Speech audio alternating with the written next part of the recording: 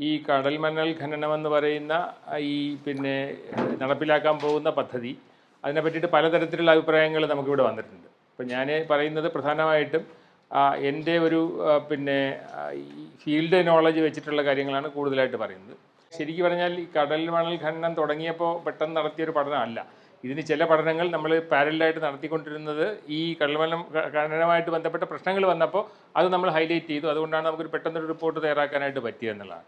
ഇതിനു മുമ്പ് ഈ സർവകലാശാലയുടെ അക്വാട്ടിക് ബയോളജി ഡിപ്പാർട്ട്മെൻറ്റിൻ്റെ ഏറ്റവും പ്രകടമായ ഇടപെടൽ എന്ന് പറയുന്നത് professor N Balakrishnan Nair sir അവിടുത്തെ HOD ആയിരുന്നപ്പോഴാണ്. 1988 ആദ്യമായിട്ട് ട്രോളിംഗ് നിരോധനവുമായിട്ട് ബന്ധപ്പെടുത്തി ഒരു റിപ്പോർട്ട് ആദ്യമായിട്ട് ഗവൺമെൻറ് പോവുകയും മൺസൂൺ കാലത്ത് ട്രോളിംഗ് നിരോധനം ഏർപ്പെടുത്തണം എന്നുള്ള ഒരു നിർദ്ദേശം വരികയും അതിൻ്റെ അടിസ്ഥാനത്തിലാണ് ആദ്യമായിട്ട് കേരളത്തിൽ 1988 മുതൽ മൺസൂൺ കാലത്തിന് ശേഷം ഒരു ട്രോളിംഗ് നിരോധനം വരുന്നത് എന്നുള്ളതാണ്. ഇന്ന് സംസാരിക്കുന്ന വിഷയം ഈ കടൽ മണൽ ഖനനവും അതുണ്ടാക്കാൻ സാധ്യതയുള്ള പാരിസ്ഥിതിക സാമൂഹ്യ പ്രശ്നങ്ങളുമാണ് ഇന്ന് പ്രധാനമായിട്ട് ചർച്ച ചെയ്യുന്നത്. ഈ കടൽ മണൽ ഖനനത്തെപ്പറ്റി സംസാരിക്കുന്നതിന് മുമ്പ് എന്താണ് കടൽ മണലെന്നും കടൽ മണലിൻ്റെ ധർമ്മങ്ങൾ എന്തൊക്കെയാണെന്ന് നമ്മൾ കൃത്യമായിട്ടൊരു ധാരണ വേണം. അതുകൊണ്ട് തന്നെ എന്താണ് കടൽ മണൽ എന്നുള്ളതിനെ പറ്റിയിട്ട് നമുക്ക് അറിഞ്ഞിട്ട് വേണം കടൽ മണൽ ഖനനത്തിലേക്ക് വരാൻ. സ്വാഭാവികമായിട്ട് നമുക്ക് ഒരു പൊതുവായ ഒരു ധാരണ എന്ന് പറയുന്നത് ലോകത്തെ പല പ്രദേശങ്ങളിലും കടലിൽ മണലുണ്ടാകുന്നത് പല രീതിയിലാണ് എന്നുള്ളതാണ്. അത് പലപ്പോഴും നൂറ്റാണ്ടുകൾ നീണ്ടു നിൽക്കുന്ന ഒരു പാരിസ്ഥിതിക ഇടപെടലുകൾ കൊണ്ട് വലിയ പാറകൾ തന്നെ പിന്നെ ചെറിയ മണൽത്തരികളായിട്ട് മാറുന്ന ഒരവസ്ഥയുണ്ട്. അത് പലപ്പോഴും കരയിൽ നിന്ന് പുഴ വഴി ഈ മണൽ കൊണ്ടുവന്ന് പുഴകളിലൂടെയാണ് പലപ്പോഴും കടലിലേക്ക് ഈ മണൽ എത്തുന്നതെന്നുള്ളതാണ്. ഇപ്പോൾ നമ്മൾ കടലിൽ കാണുന്ന മണൽ ശേഖരത്തിൽ നല്ലൊരു ശതമാനം കടലിൽ നിന്ന് പല കാലഘട്ടത്തിലും കാലാവസ്ഥയുടെ ഇടപെടലുകൾ കൊണ്ട് തന്നെ പലതരത്തിലുള്ള രാസപ്രക്രിയകളും മാറ്റങ്ങളും കൊണ്ട് ഇടപെടലും കൊണ്ട് മാറി കടലിൽ എത്തുന്നതാണ് എന്നുള്ളതാണ്.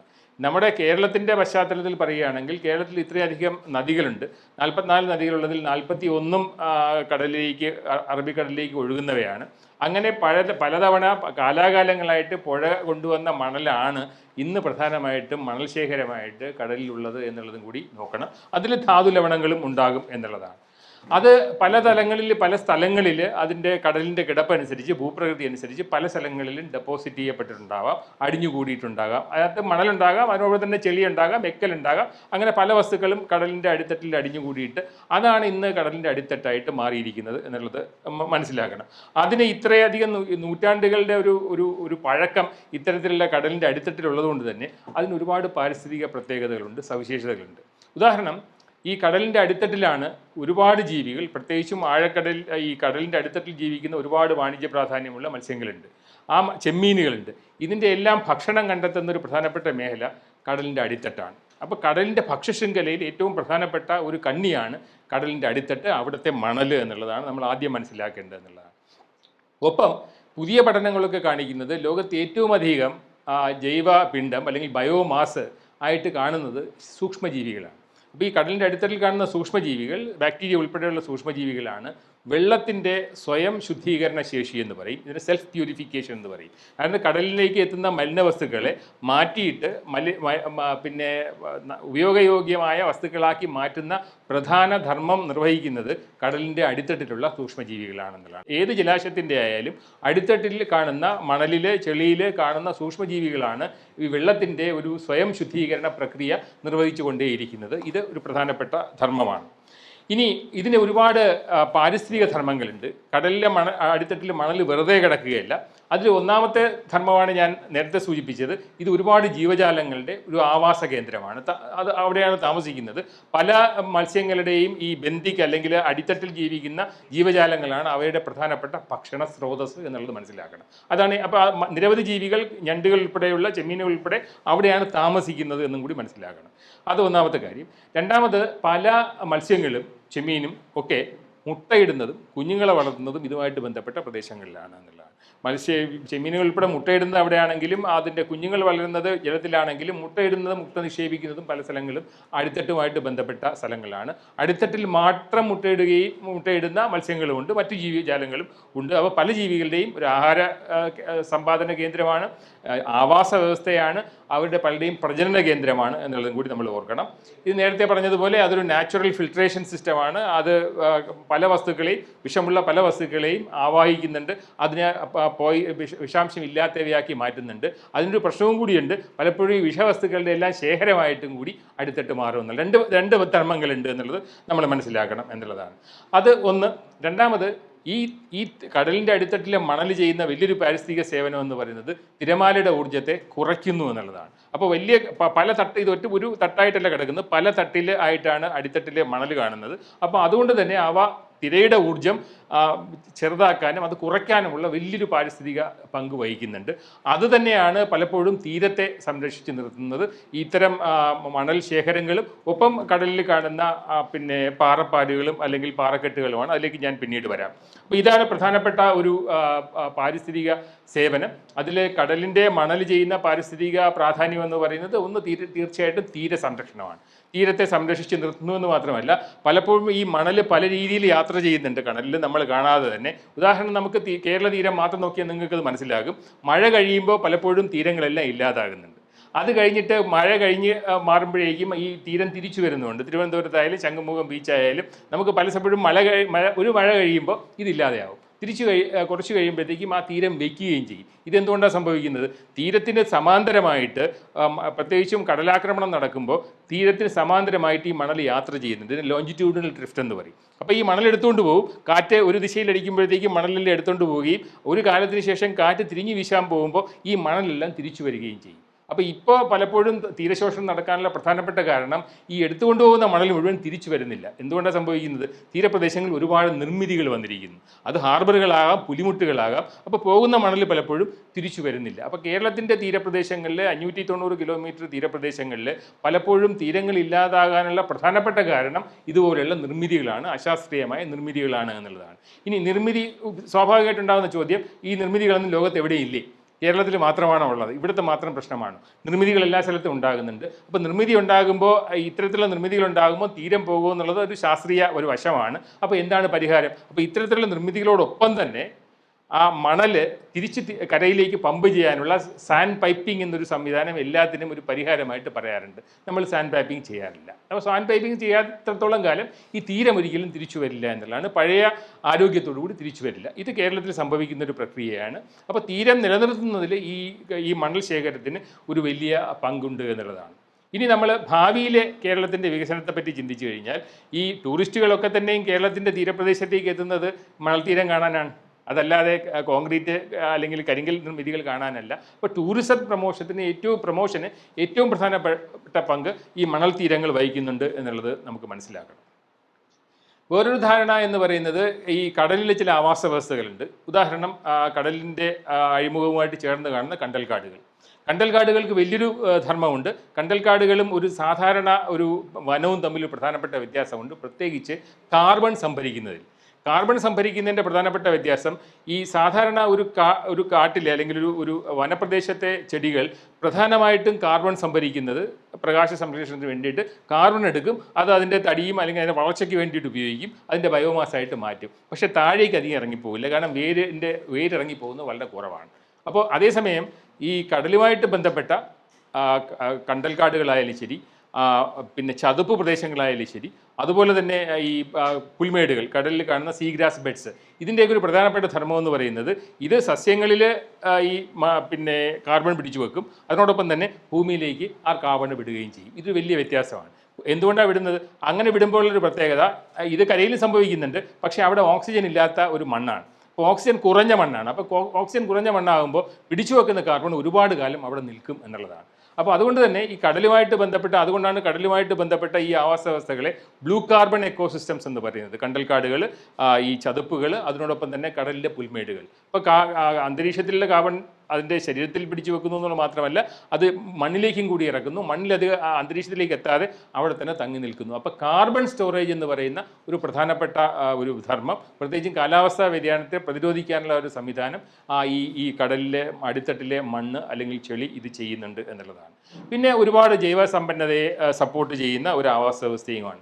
അപ്പോൾ ഞാൻ ഇതുവരെ പറഞ്ഞു വന്നത് എന്തൊക്കെയാണ് കടലിലെ അടിത്തട്ടിലെ മണൽ ചെയ്യുന്ന പാരിസ്ഥിതിക ധർമ്മങ്ങൾ എന്നുള്ളതാണ്. എന്തുകൊണ്ടാണ് ഇപ്പോൾ പെട്ടെന്ന് നമുക്ക് കടൽ മണൽ ഖനനത്തിലേക്ക് വരുന്നത് എന്നുള്ളൊരു പശ്ചാത്തലവും കൂടി നമ്മൾ നോക്കേണ്ടതുണ്ട്. അതിൻ്റെ പ്രധാനപ്പെട്ട കാരണം എന്ന് പറയുന്നത് കടൽ മണൽ കരയിൽ നിന്ന് നമുക്ക് എടുക്കാൻ പറ്റുന്ന, നമുക്കറിയാം ലോകത്ത് ഇന്ന് വികസനത്തിൻ്റെ ഏറ്റവും ആവശ്യമുള്ള ഒരു ഘടകമാണ് മണൽ. അതുകൊണ്ടാണ് ലോകത്ത് വെള്ളം കഴിഞ്ഞാൽ, ശുദ്ധജലം കഴിഞ്ഞാൽ ലോകത്ത് ഏറ്റവും അധികം എക്സ്ട്രാക്ട് ചെയ്യപ്പെടുന്ന അല്ലെങ്കിൽ കുഴിച്ചെടുക്കപ്പെടുന്ന ഒരു വലിയ വിഭവം എന്ന് പറയുന്നത് അത് മണലാണ് എന്നുള്ളത്. ലോകത്ത് വെള്ളം കഴിഞ്ഞാൽ ഏറ്റവും കൂടുതൽ എടുക്കുന്നത് മണലാണ്. നമ്മുടെ ഇന്ത്യയിൽ പ്രത്യേകിച്ച് കേരളത്തിൽ, സവിശേഷമായിട്ട് കേരളത്തിൽ നമുക്ക് പുഴകളിലുള്ള മണലെല്ലാം നമ്മൾ എടുത്തു കഴിഞ്ഞു. ഏതാണ്ട് മിക്കവാറും മണലെല്ലാം പുഴയിൽ നിന്ന് എടുത്തു. അപ്പോൾ സ്വാഭാവികമായിട്ട് അതിനോടൊപ്പം തന്നെയാണ് കേന്ദ്ര സർക്കാർ ഈ ബ്ലൂ എക്കോണമി, നീല വികസനം എന്ന് പറയുന്ന ആശയവുമായിട്ട് മുന്നോട്ട് വരുന്നത്. അതിൽ പല ഘടകങ്ങളുണ്ട്. അതിലൊരു പ്രധാനപ്പെട്ട ഘടകം എന്ന് പറയുന്നത് കടൽ ഖനനമാണ്, സീ മൈനിങ് ആണ്. അപ്പോൾ സീബെഡ് മൈനിങ്ങിൻ്റെ പ്രധാനപ്പെട്ട ഒരു വിഭവം എന്ന് പറയുന്നത് മണലാണ്. പിന്നെ ഉള്ളത് ധാതു ലവണങ്ങളാണ്. അതിനോടൊപ്പം തന്നെ ഈ ധാതു ലവണങ്ങൾ കാണുന്ന മേഖലകൾ എന്ന് പറഞ്ഞാൽ കുറച്ചും കൂടി ആഴക്കടലിലാണ്.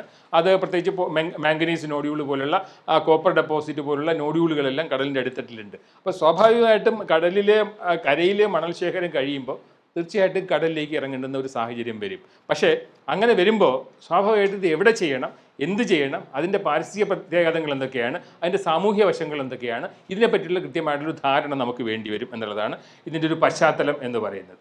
അപ്പോൾ ലോകത്തിൽ എല്ലായിടത്തും തന്നെ ഇപ്പോൾ അടുത്ത കാലത്തായിട്ട്, പ്രത്യേകിച്ചും കഴിഞ്ഞ ഒരു 10-20 വർഷങ്ങളിൽ കടൽ മണൽ ഖനനം എന്ന് പറയുന്നത് വളരെ സാധാരണമായ ഒരു സമ്പ്രദായമായിട്ടുണ്ട്. 2 പ്രദേശങ്ങളിലാണ് ഈ മണലിന് വേണ്ടി ഖനനം നടത്തുന്നത്. ഒന്ന് തീരക്കടലിലാണ്. തീരക്കടൽ എന്ന് പറയുന്നത് അന്തർദേശീയ നിർവചനം അനുസരിച്ചിട്ട് 100 മീറ്റർ താഴ്ചയ്ക്ക് ഉള്ളിലുള്ള ഭാഗമാണ്. 100 മീറ്റർ മുകളിലേക്കുള്ള ഭാഗത്തിന് നമ്മൾ ആഴക്കടലെന്ന് വേണമെങ്കിൽ നിർവചിക്കാമെന്നുള്ളതാണ്. ആ 2 വ്യത്യാസവും കൂടി നമുക്കിവിടെ അറിയേണ്ടതുണ്ട് എന്നുള്ളതാണ്. അപ്പോൾ ഈ മണലിന് ഉള്ള ഒരുപാട് ഈ അടിത്തട്ടിൽ എന്ത് കാണുന്നു, കടലിൻ്റെ അടിത്തട്ടിൽ എന്താണ് കാണുന്നത്, എന്തൊക്കെ ജീവജാലങ്ങളാണ് കാണുന്നത്, അതിൻ്റെ പാരിസ്ഥിതിക സേവനങ്ങളൊക്കെ എന്തൊക്കെയാണ് എന്നുള്ളതിനെ പറ്റിയിട്ട് ഈ അടുത്ത കാലത്ത് പ്രത്യേകിച്ചും ആഴക്കടലിൽ നടത്തിയിട്ടുള്ള പഠനങ്ങളെല്ലാം ഒരുപാട് വിവരങ്ങൾ നമുക്ക് ലഭ്യമാക്കിയിട്ടുണ്ട് എന്നുള്ളതാണ്. അത് പ്രധാനമായിട്ട് പറയുന്നത് കടലിലെ ആവാസ വ്യവസ്ഥ, കടലിലെ ഭക്ഷ്യശൃംഖലയുടെ ഫുഡ് വെബിൻ്റെ ഒരു പ്രധാനപ്പെട്ട സ്രോതസ്സ് എന്ന് പറയുന്നത് ഈ ആഴക്കടൽ ആണ് എന്നുള്ളത് പറയുന്നുണ്ട്. പ്രത്യേകിച്ചും അടിത്തട്ടിലെ മണലാണെന്ന് പറയുന്നുണ്ട്. ഈ ഒരു പശ്ചാത്തലത്തിലാണ് നമ്മൾ നീല വികസനം, ബ്ലൂ ഗ്രോത്ത് എന്ന് പറയുന്ന, ബ്ലൂ എക്കോണമി എന്ന് പറയുന്ന ഒരു ആവശ്യത്തെ കാണേണ്ടത്. ബ്ലൂ എക്കോണമി എന്ന് പറയുന്ന ഗവൺമെൻറ് ഡോക്യുമെൻറ്റിനകത്ത് പല ഘടകങ്ങൾ പറയുന്നുണ്ട്. അതിൽ പിന്നെ ഊർജ്ജ സ്രോതസ്സുകൾ വരുന്നുണ്ട്, ഫിഷറീസ് എക്സ്പാൻഷൻ വരുന്നുണ്ട്, മത്സ്യകൃഷി വരുന്നുണ്ട്, ജൈവ സാങ്കേതിക വിദ്യ വരുന്നുണ്ട്, അതിനോടൊപ്പം തന്നെ ടൂറിസം പ്രൊമോഷൻ വരുന്നുണ്ട്. അതിനകത്ത് ഏറ്റവും അധികം സാധ്യതയുള്ളതായിട്ട് ആഗോളതലത്തിൽ കാണുന്നത് മൈനിങ് ആണ്. അതായത് പ്രത്യേകിച്ചും നമ്മുടെ മിനറൽസ് എക്സ്പ്ലോയിറ്റേഷന് വേണ്ടിയിട്ട് ധാതു ലവണങ്ങൾ എക്സ്പ്ലോയിറ്റ് ചെയ്യുക എന്നുള്ളതാണ് വരുന്നത്. പക്ഷേ ഈ നീല വികസനം എന്ന് പറയുന്ന ആശയം ആദ്യമായിട്ട് മുന്നോട്ട് വെക്കുന്നത് ലോകബാങ്കാണ്. അപ്പോൾ ലോകബാങ്കിൻ്റെ നിർവചനത്തിൽ പറയുന്നത് നമ്മൾ കടലിൽ നിന്ന് വിഭവങ്ങൾ എടുക്കണം, പക്ഷേ അതിനൊരു സുസ്ഥിരത വേണം, സസ്റ്റൈനബിലിറ്റി വേണമെന്നുള്ളതാണ്. രണ്ടാമത് ഈ ജനങ്ങൾക്ക് ഇംപ്രൂവ്ഡ് ലൈവ്ലിഹുഡ് ഉണ്ടാക്കണമെന്നുള്ളതാണ്. അതായത് ജീവസന്ധാരണ മാർഗ്ഗങ്ങൾ മെച്ചപ്പെടുത്തുന്ന ഒരു വികസനമാണ് നീല വികസനം എന്നുള്ളതാണ്. അത് കടലിൻ്റെ വിഭവങ്ങൾ ഉപയോഗിക്കുകയും അതുവഴി മത്സ്യത്തൊഴിലാളികളുടെ ജീവസന്ധാരണ മാർഗ്ഗങ്ങൾ മെച്ചപ്പെടുകയും സുസ്ഥിരമായി നിലനിൽക്കുകയും ചെയ്യുന്ന ഒരു വികസനം എന്നുള്ളതാണ് നീല വികസനത്തെ കാണുന്നത് എന്നുള്ളതാണ്. പക്ഷേ ഇപ്പോൾ വന്നിരിക്കുന്ന ഒരു നിർവചനത്തിൽ വന്നിരിക്കുന്ന പ്രശ്നമെന്ന് പറയുന്നത് കടലിൻ്റെ വിഭവങ്ങൾ വികസനത്തിന് എങ്ങനെ ഉപയോഗിക്കാം, അത്തരത്തിലുള്ള വികസനമാണ് നീല വികസനം എന്നുള്ള രീതിയിലേക്ക് ഈ നിർവചനത്തിന് നമ്മൾ മാറ്റിയിരിക്കുന്നു എന്നുള്ളതാണ്. അപ്പോൾ ഇതിൻ്റെ ആത്യന്തികമായിട്ട് ഇതിൻ്റെ ഒറിജിനൽ നിർവചനത്തിനകത്ത് പറയുന്നത് കടലിൻ്റെ വിഭവങ്ങൾ സാധാരണക്കാരുടെ, കടലുമായിട്ട് ബന്ധപ്പെട്ട് പണിയെടുക്കുന്നവരുടെ ജീവസന്ധാരണ മാർഗ്ഗങ്ങളെ എത്ര മെച്ചപ്പെടുത്താം, അങ്ങനെ മെച്ചപ്പെടുത്തുമ്പോൾ സമ്പദ് വ്യവസ്ഥ ശക്തമാകും. അത്തരം സമ്പദ് വ്യവസ്ഥയാണ് നീല സമ്പദ് വ്യവസ്ഥ എന്ന് പറയുന്നത് എന്നുള്ളതാണ് ഈ ലോകബാങ്ക് ഇതിനെ വിഭാവനം ചെയ്തിരിക്കുന്നത്. ആ രീതിയിലല്ല നമ്മൾ ഇന്ന് നോക്കിക്കാണുന്നത് എന്നുള്ളതാണ് മനസ്സിലാക്കേണ്ടത് എന്നുള്ളതാണ്. ഇപ്പോൾ നിർദ്ദേശിക്കപ്പെട്ടിരിക്കുന്നത് കൊല്ലം തീരപ്രദേശമാണ്. ഈ കൊല്ലം തീരപ്രദേശത്തിൻ്റെ ഒരു പ്രത്യേകത, എന്തുകൊണ്ട് കൊല്ലം? നമ്മൾ ഈ പുതിയ കടൽമണൽ ഖനനത്തിനുമായിട്ട് ബന്ധപ്പെട്ട നിയമങ്ങളിൽ ഭേദഗതി വരുത്തിയിട്ടുണ്ട്. നേരത്തെ ഈ മണൽ ഖനനം എന്ന് പറയുന്നത് പ്രത്യേകിച്ചും ധാതു ലവണങ്ങളുള്ള സ്ഥലങ്ങളിൽ ഇതിൻ്റെ ഉത്തരവാദിത്തം, മൈനിങ്ങിൻ്റെ ഉത്തരവാദിത്തം, ഇത് ഉപയോഗിക്കുന്നതിൻ്റെ ഉത്തരവാദിത്തം സർക്കാരിൽ മാത്രം നിക്ഷിപ്തമായിരുന്നുവെങ്കിൽ 2024 നിയമ ഭേദഗതി നടത്തുമ്പോൾ ഇത് സ്വകാര്യ മേഖലയ്ക്കും കൂടി ഇതിനുള്ള അവകാശം ഏൽപ്പിച്ചു കൊടുത്തിട്ടുണ്ട് എന്നുള്ളതാണ്. ഇതാണ് ഈ മൈനിങ് നിയമത്തിൽ വന്ന, ഖനന നിയമത്തിൽ വന്ന പ്രധാനപ്പെട്ട 2024 വന്ന മാറ്റം. ഇതിൻ്റെ അടിസ്ഥാനത്തിലാണ് ഇന്ത്യയിലെ പല മേഖലകളും ജിയോളജിക്കൽ സർവേ ഓഫ് ഇന്ത്യ കടലിൽ ഈ മണൽ ശേഖരമുള്ള പ്രദേശങ്ങൾ കണ്ടെത്തുകയും അത് കുറേ കാലം മുമ്പ് നടന്ന ഗവേഷണത്തിൻ്റെ ബാക്കി പത്രമാണ്. അങ്ങനെ ചില മേഖലകൾ ഐഡൻറ്റിഫൈ ചെയ്യുകയും തിരിച്ചറിയുകയും അങ്ങനെ തിരിച്ചറിഞ്ഞ ആദ്യത്തെ മേഖല അത് കേരളത്തിൽ കൊല്ലം മേഖല മാത്രമല്ല, പിന്നീട് ചാവക്കാടും മറ്റു പ്രദേശങ്ങളും വരുന്നുണ്ട്. എന്നാൽ ആദ്യമായിട്ട് തിരഞ്ഞെടുത്ത ഒരു പ്രദേശം എന്ന് പറയുന്നത് കൊല്ലമാണ്. അപ്പോൾ കൊല്ലം തിരഞ്ഞെടുക്കുമ്പോൾ സ്വാഭാവികമായിട്ടും മണൽ മാത്രമാണോ ഉദ്ദേശം എന്നുള്ള ഒരു ചോദ്യം അവിടെ നിൽക്കുന്നുണ്ട്. അതിനോടൊപ്പം തന്നെ ധാതു ലവണങ്ങളുടെ സാന്നിധ്യം ഏറ്റവും അധികം ഉള്ള ഒരു പ്രദേശമാണ് ഈ കൊല്ലം ആലപ്പുഴ ബെൽറ്റ് എന്ന് പറയുന്നത്. അപ്പോൾ അതുകൊണ്ട് അത്തരത്തിലുള്ളൊരു കാര്യം കൂടി നമ്മൾ ഓർക്കണം എന്നുള്ളതാണ്. അപ്പോൾ ഇനി ഉള്ള ഒരു ചോദ്യം, ഈ കടലിൻ്റെ ഒരു ആഴത്തെ സംബന്ധിച്ച ഒരു ധാരണയും കൂടി നമുക്കുണ്ടാകണം, ആ കോണ്ടിനെൻ്റൽ ഷെൽഫിൻ്റെ ആഴത്തെ പറ്റിയിട്ട്. അതിലേക്ക് ഞാൻ വരാം. അതിനു മുമ്പ് നമുക്ക് ജിയോളജിക്കൽ സർവേ തന്നെ നടത്തിയിട്ടുള്ള പല പഠനങ്ങളുടെ ഒരു ധാരണ നമുക്ക് വേണം. അങ്ങനെ ഇന്ത്യയിൽ തീരപ്രദേശങ്ങളിൽ മൊത്തം ഈ ജിയോളജിക്കൽ സർവേ ഓഫ് ഇന്ത്യ ഈ സാൻഡ് ഡെപ്പോസിറ്റ്, മിനറൽ ഡെപ്പോസിറ്റിനെ പറ്റിയിട്ട് കൃത്യമായിട്ടുള്ളൊരു മാപ്പിംഗ് നടത്തിയിട്ടുണ്ട്. അങ്ങനെ മാപ്പിംഗ് നടത്തിയിട്ടുള്ള പല പ്രദേശങ്ങളിലെയും ചിത്രങ്ങളാണ് ഇവിടെ കാണുന്നത്. ഇതിനകത്ത് കേരള തീരത്ത് മണൽ മാത്രമല്ല ധാതു ലവണങ്ങളുടെ സാന്നിധ്യവും കണ്ടെത്തിയിട്ടുണ്ട് എന്നുള്ളതാണ് നമ്മൾ മനസ്സിലാക്കേണ്ടത് എന്നുള്ളതാണ്. രണ്ടാമത് ഈ ചിത്രത്തിൽ കാണുന്നത് നമുക്ക് കൃത്യമായിട്ട് ഹെവി മിനറൽസ്, പ്രത്യേകിച്ചും പ്ലേസർ മിനറൽസ്, ധാതു ലവണങ്ങളുടെ ഏറ്റവും വലിയ സാന്നിധ്യം കണ്ടെത്തിയിരിക്കുന്ന ഒരു മേഖല എന്ന് പറയുന്നത് കൊല്ലമാണ്. അപ്പോൾ അതുകൊണ്ടാണ് തീർച്ചയായിട്ടും കൊല്ലം ആദ്യത്തെ ഒരു പരീക്ഷണാടിസ്ഥാനത്തിൽ ഖനനം നടത്താനുള്ള ഒരു പ്രധാനപ്പെട്ട മേഖലയായിട്ട് തിരഞ്ഞെടുത്തത്. ഇത് ഇന്ത്യയിൽ മാത്രമല്ല, ലോകത്ത് തന്നെ ഇത്തരം ഹെവി മിനറൽ ഡെപ്പോസിറ്റ് ഉള്ള, പ്ലേസർ മിനറൽ ഡെപ്പോസിറ്റ് ഉള്ള, പ്രത്യേകിച്ച് മറൈൻ പ്ലേസേഴ്സ് ഉള്ള ഒരു പ്രധാനപ്പെട്ട മേഖലയായിട്ട് കണ്ടെത്തിയിരിക്കുന്നത് ഇന്ത്യയിലെ തീരപ്രദേശമാണ്. പ്രത്യേകിച്ചും ഈ വെസ്റ്റേൺ റീജിയനാണ് എന്നുള്ളത് നമുക്ക് ഈ മാപ്പിൽ നിന്ന് മനസ്സിലാക്കാം എന്നുള്ളതാണ്. ഇനി എവിടെയാണ് ഖനനം ചെയ്യുന്നത്, കൊല്ലം ജില്ലയിലെ നിർദ്ദിഷ്ട ഖനന പ്രദേശം ഏതാണ് എന്ന് നോക്കിക്കഴിഞ്ഞാൽ നിങ്ങൾ ഈ മാപ്പിലേക്ക് നോക്കാം. നമുക്ക് മാപ്പിലേക്ക് നോക്കിക്കഴിഞ്ഞാൽ നമുക്ക് ഈ അന്തർദേശീയ ഉൻക്ലോസ് എന്ന് പറയുന്ന ഒരു നിയമമുണ്ട്. അത് ലോക കടൽ നിയമം എന്ന് വേണമെങ്കിൽ നമുക്ക് ലളിതമായിട്ട് പറയാം. ഈ United Nations law of the sea, ഈ ലോ ഓഫ് ദ സീ അനുസരിച്ചിട്ടാണ് ഈ ഓരോ പ്രദേശവും തീരപ്രദേശത്ത് എത്ര മേഖല വരെ ഒരു രാജ്യത്തിൻ്റെ പരമാധികാര മേഖലയുണ്ട് എന്നുള്ളത് തിരിച്ചറിഞ്ഞിട്ടുള്ളത്. അങ്ങനെ നോക്കുമ്പോൾ നമ്മുടെ എക്സ്ക്ലൂസീവ് എക്കണോമിക് സോൺ എന്ന് പറയും. അങ്ങനെയുള്ള എക്സ്ക്ലൂസീവ് എക്കണോമിക് സോണാണ് ഇവിടെ കാണുന്നത്. തീരപ്രദേശത്ത് നിന്ന് ഒരു ഹൈസിയിലേക്ക് വരുന്ന ഒരു മേഖലയുണ്ട്. ആ മേഖലയിൽ നമുക്ക് 12 നോട്ടിക്കൽ മൈൽ എന്ന് പറയുന്ന ഒരു പ്രദേശമുണ്ട്. ആ മേഖലയാണ് നമ്മുടെ ടെറിട്ടോറിയൽ വാട്ടർ എന്ന് പറയുന്നത്. സാധാരണഗതിയിൽ മത്സ്യബന്ധനം നടക്കുന്ന ഒരു മേഖല എന്ന് പറയുന്നത് ടെറിട്ടോറിയൽ വാട്ടറാണ്.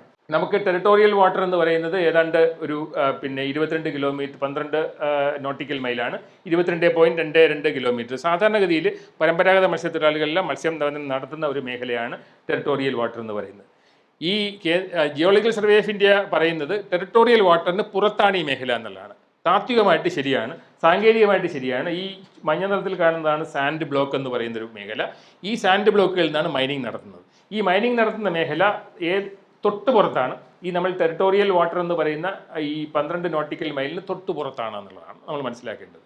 അതിനപ്പുറമുള്ള പ്രദേശമാണ് നമ്മൾ ഈ കൊല്ലം പാര എന്ന് പറയുന്ന ഏറ്റവും വലിയ ഒരു മണൽ ശേഖരമുള്ള ഒരു പ്രദേശവും ഈ കേരളത്തിൽ തന്നെ ഏറ്റവും സമൃദ്ധമായിട്ട് മത്സ്യം കിട്ടുന്ന ഒരു വലിയ പരപ്പിനെയാണ് കൊല്ലം പരപ്പ് എന്ന് പറയുന്നത്. പ്രധാനപ്പെട്ട ഒരു സാൻഡ് ബാങ്കാണത്. അവിടെ നിന്നാണ് ഏറ്റവും അധികം മത്സ്യം ലഭിക്കുന്ന ഒരു മേഖല എന്ന് പറയുന്നത്. അപ്പോൾ 2 കാര്യങ്ങളാണ് നമ്മളിവിടെ ഓർക്കേണ്ടത്. ഒന്ന്, സാങ്കേതികമായിട്ട് ഇപ്പോൾ മണൽ ഖനനം നടത്തുന്ന മേഖല ടെറിട്ടോറിയൽ വാട്ടറിന് തൊട്ട് വെളിയിലാണ്. പക്ഷേ നമ്മൾ നോക്കേണ്ടത് ആഴമാണ്.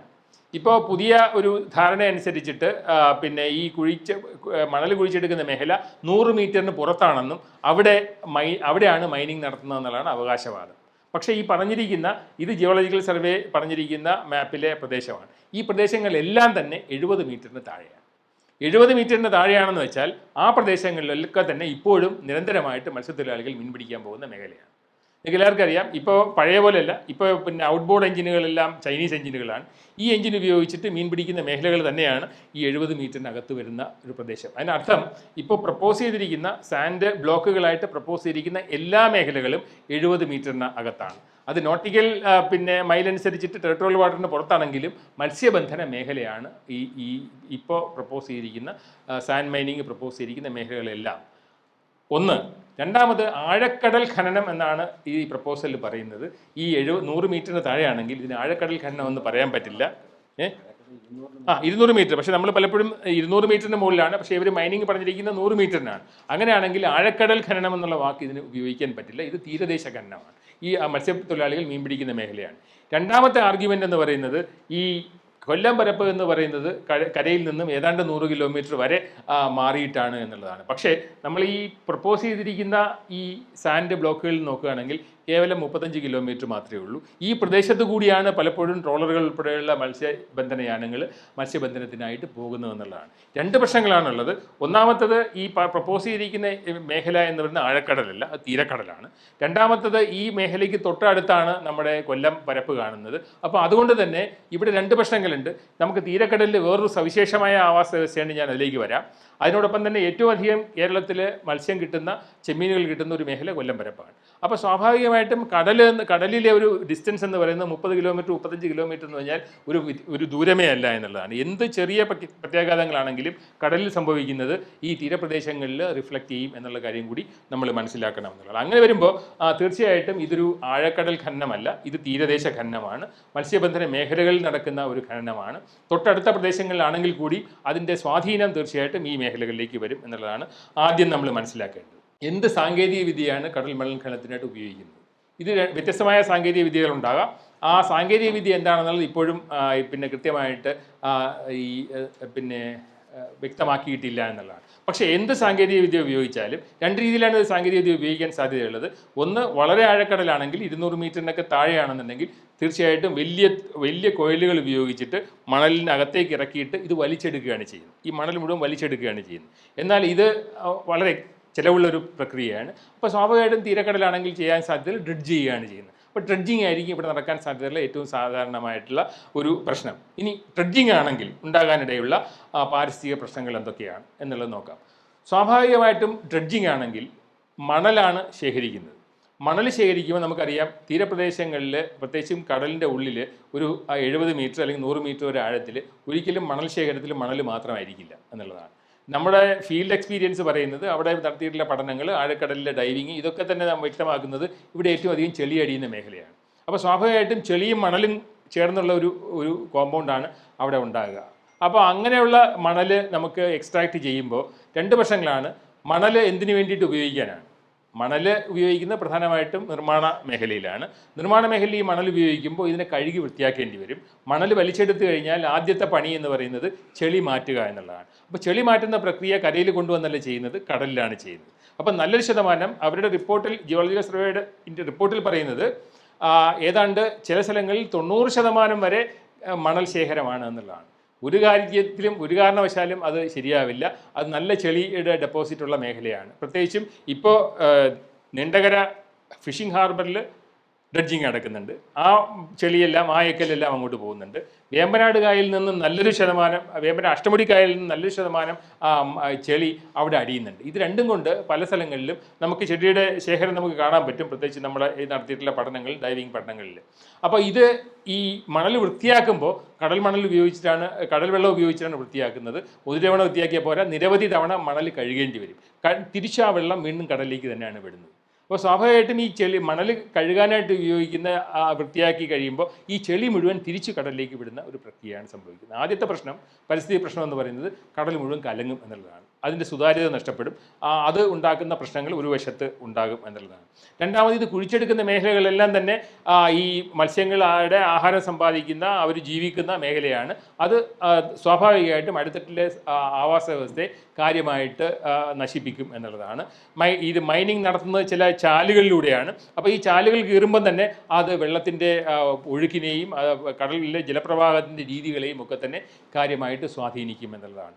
റിപ്പോർട്ടിൽ പറയുന്നത് കുറച്ചു കാലം കഴിയുമ്പോൾ കാര്യങ്ങളെല്ലാം ശരിയാവും, ഇവിടെ റീജനറേഷൻ വരുമെന്നുള്ളതാണ്. പക്ഷേ പല സ്ഥലങ്ങളിലും അന്തർദേശീയ പഠനങ്ങളൊക്കെ തന്നെ കാണിക്കുന്നത് ഈ കുഴിച്ചെടുത്ത മേഖലകളിലെല്ലാം പഴയ രീതിയിലേക്ക് എത്താൻ വർഷങ്ങൾ വേണ്ടിവരും, ചിലപ്പോൾ നൂറ്റാണ്ടുകൾ തന്നെ വേണ്ടിവരും എന്നുള്ളതാണ് ഈ കണക്കുകൾ പറയുന്നത്. അപ്പോൾ ഇതെല്ലാം നമ്മൾക്ക് കൃത്യമായിട്ടുള്ളൊരു ധാരണ നമുക്ക് ഉണ്ടാകണം എന്നുള്ളതാണ്.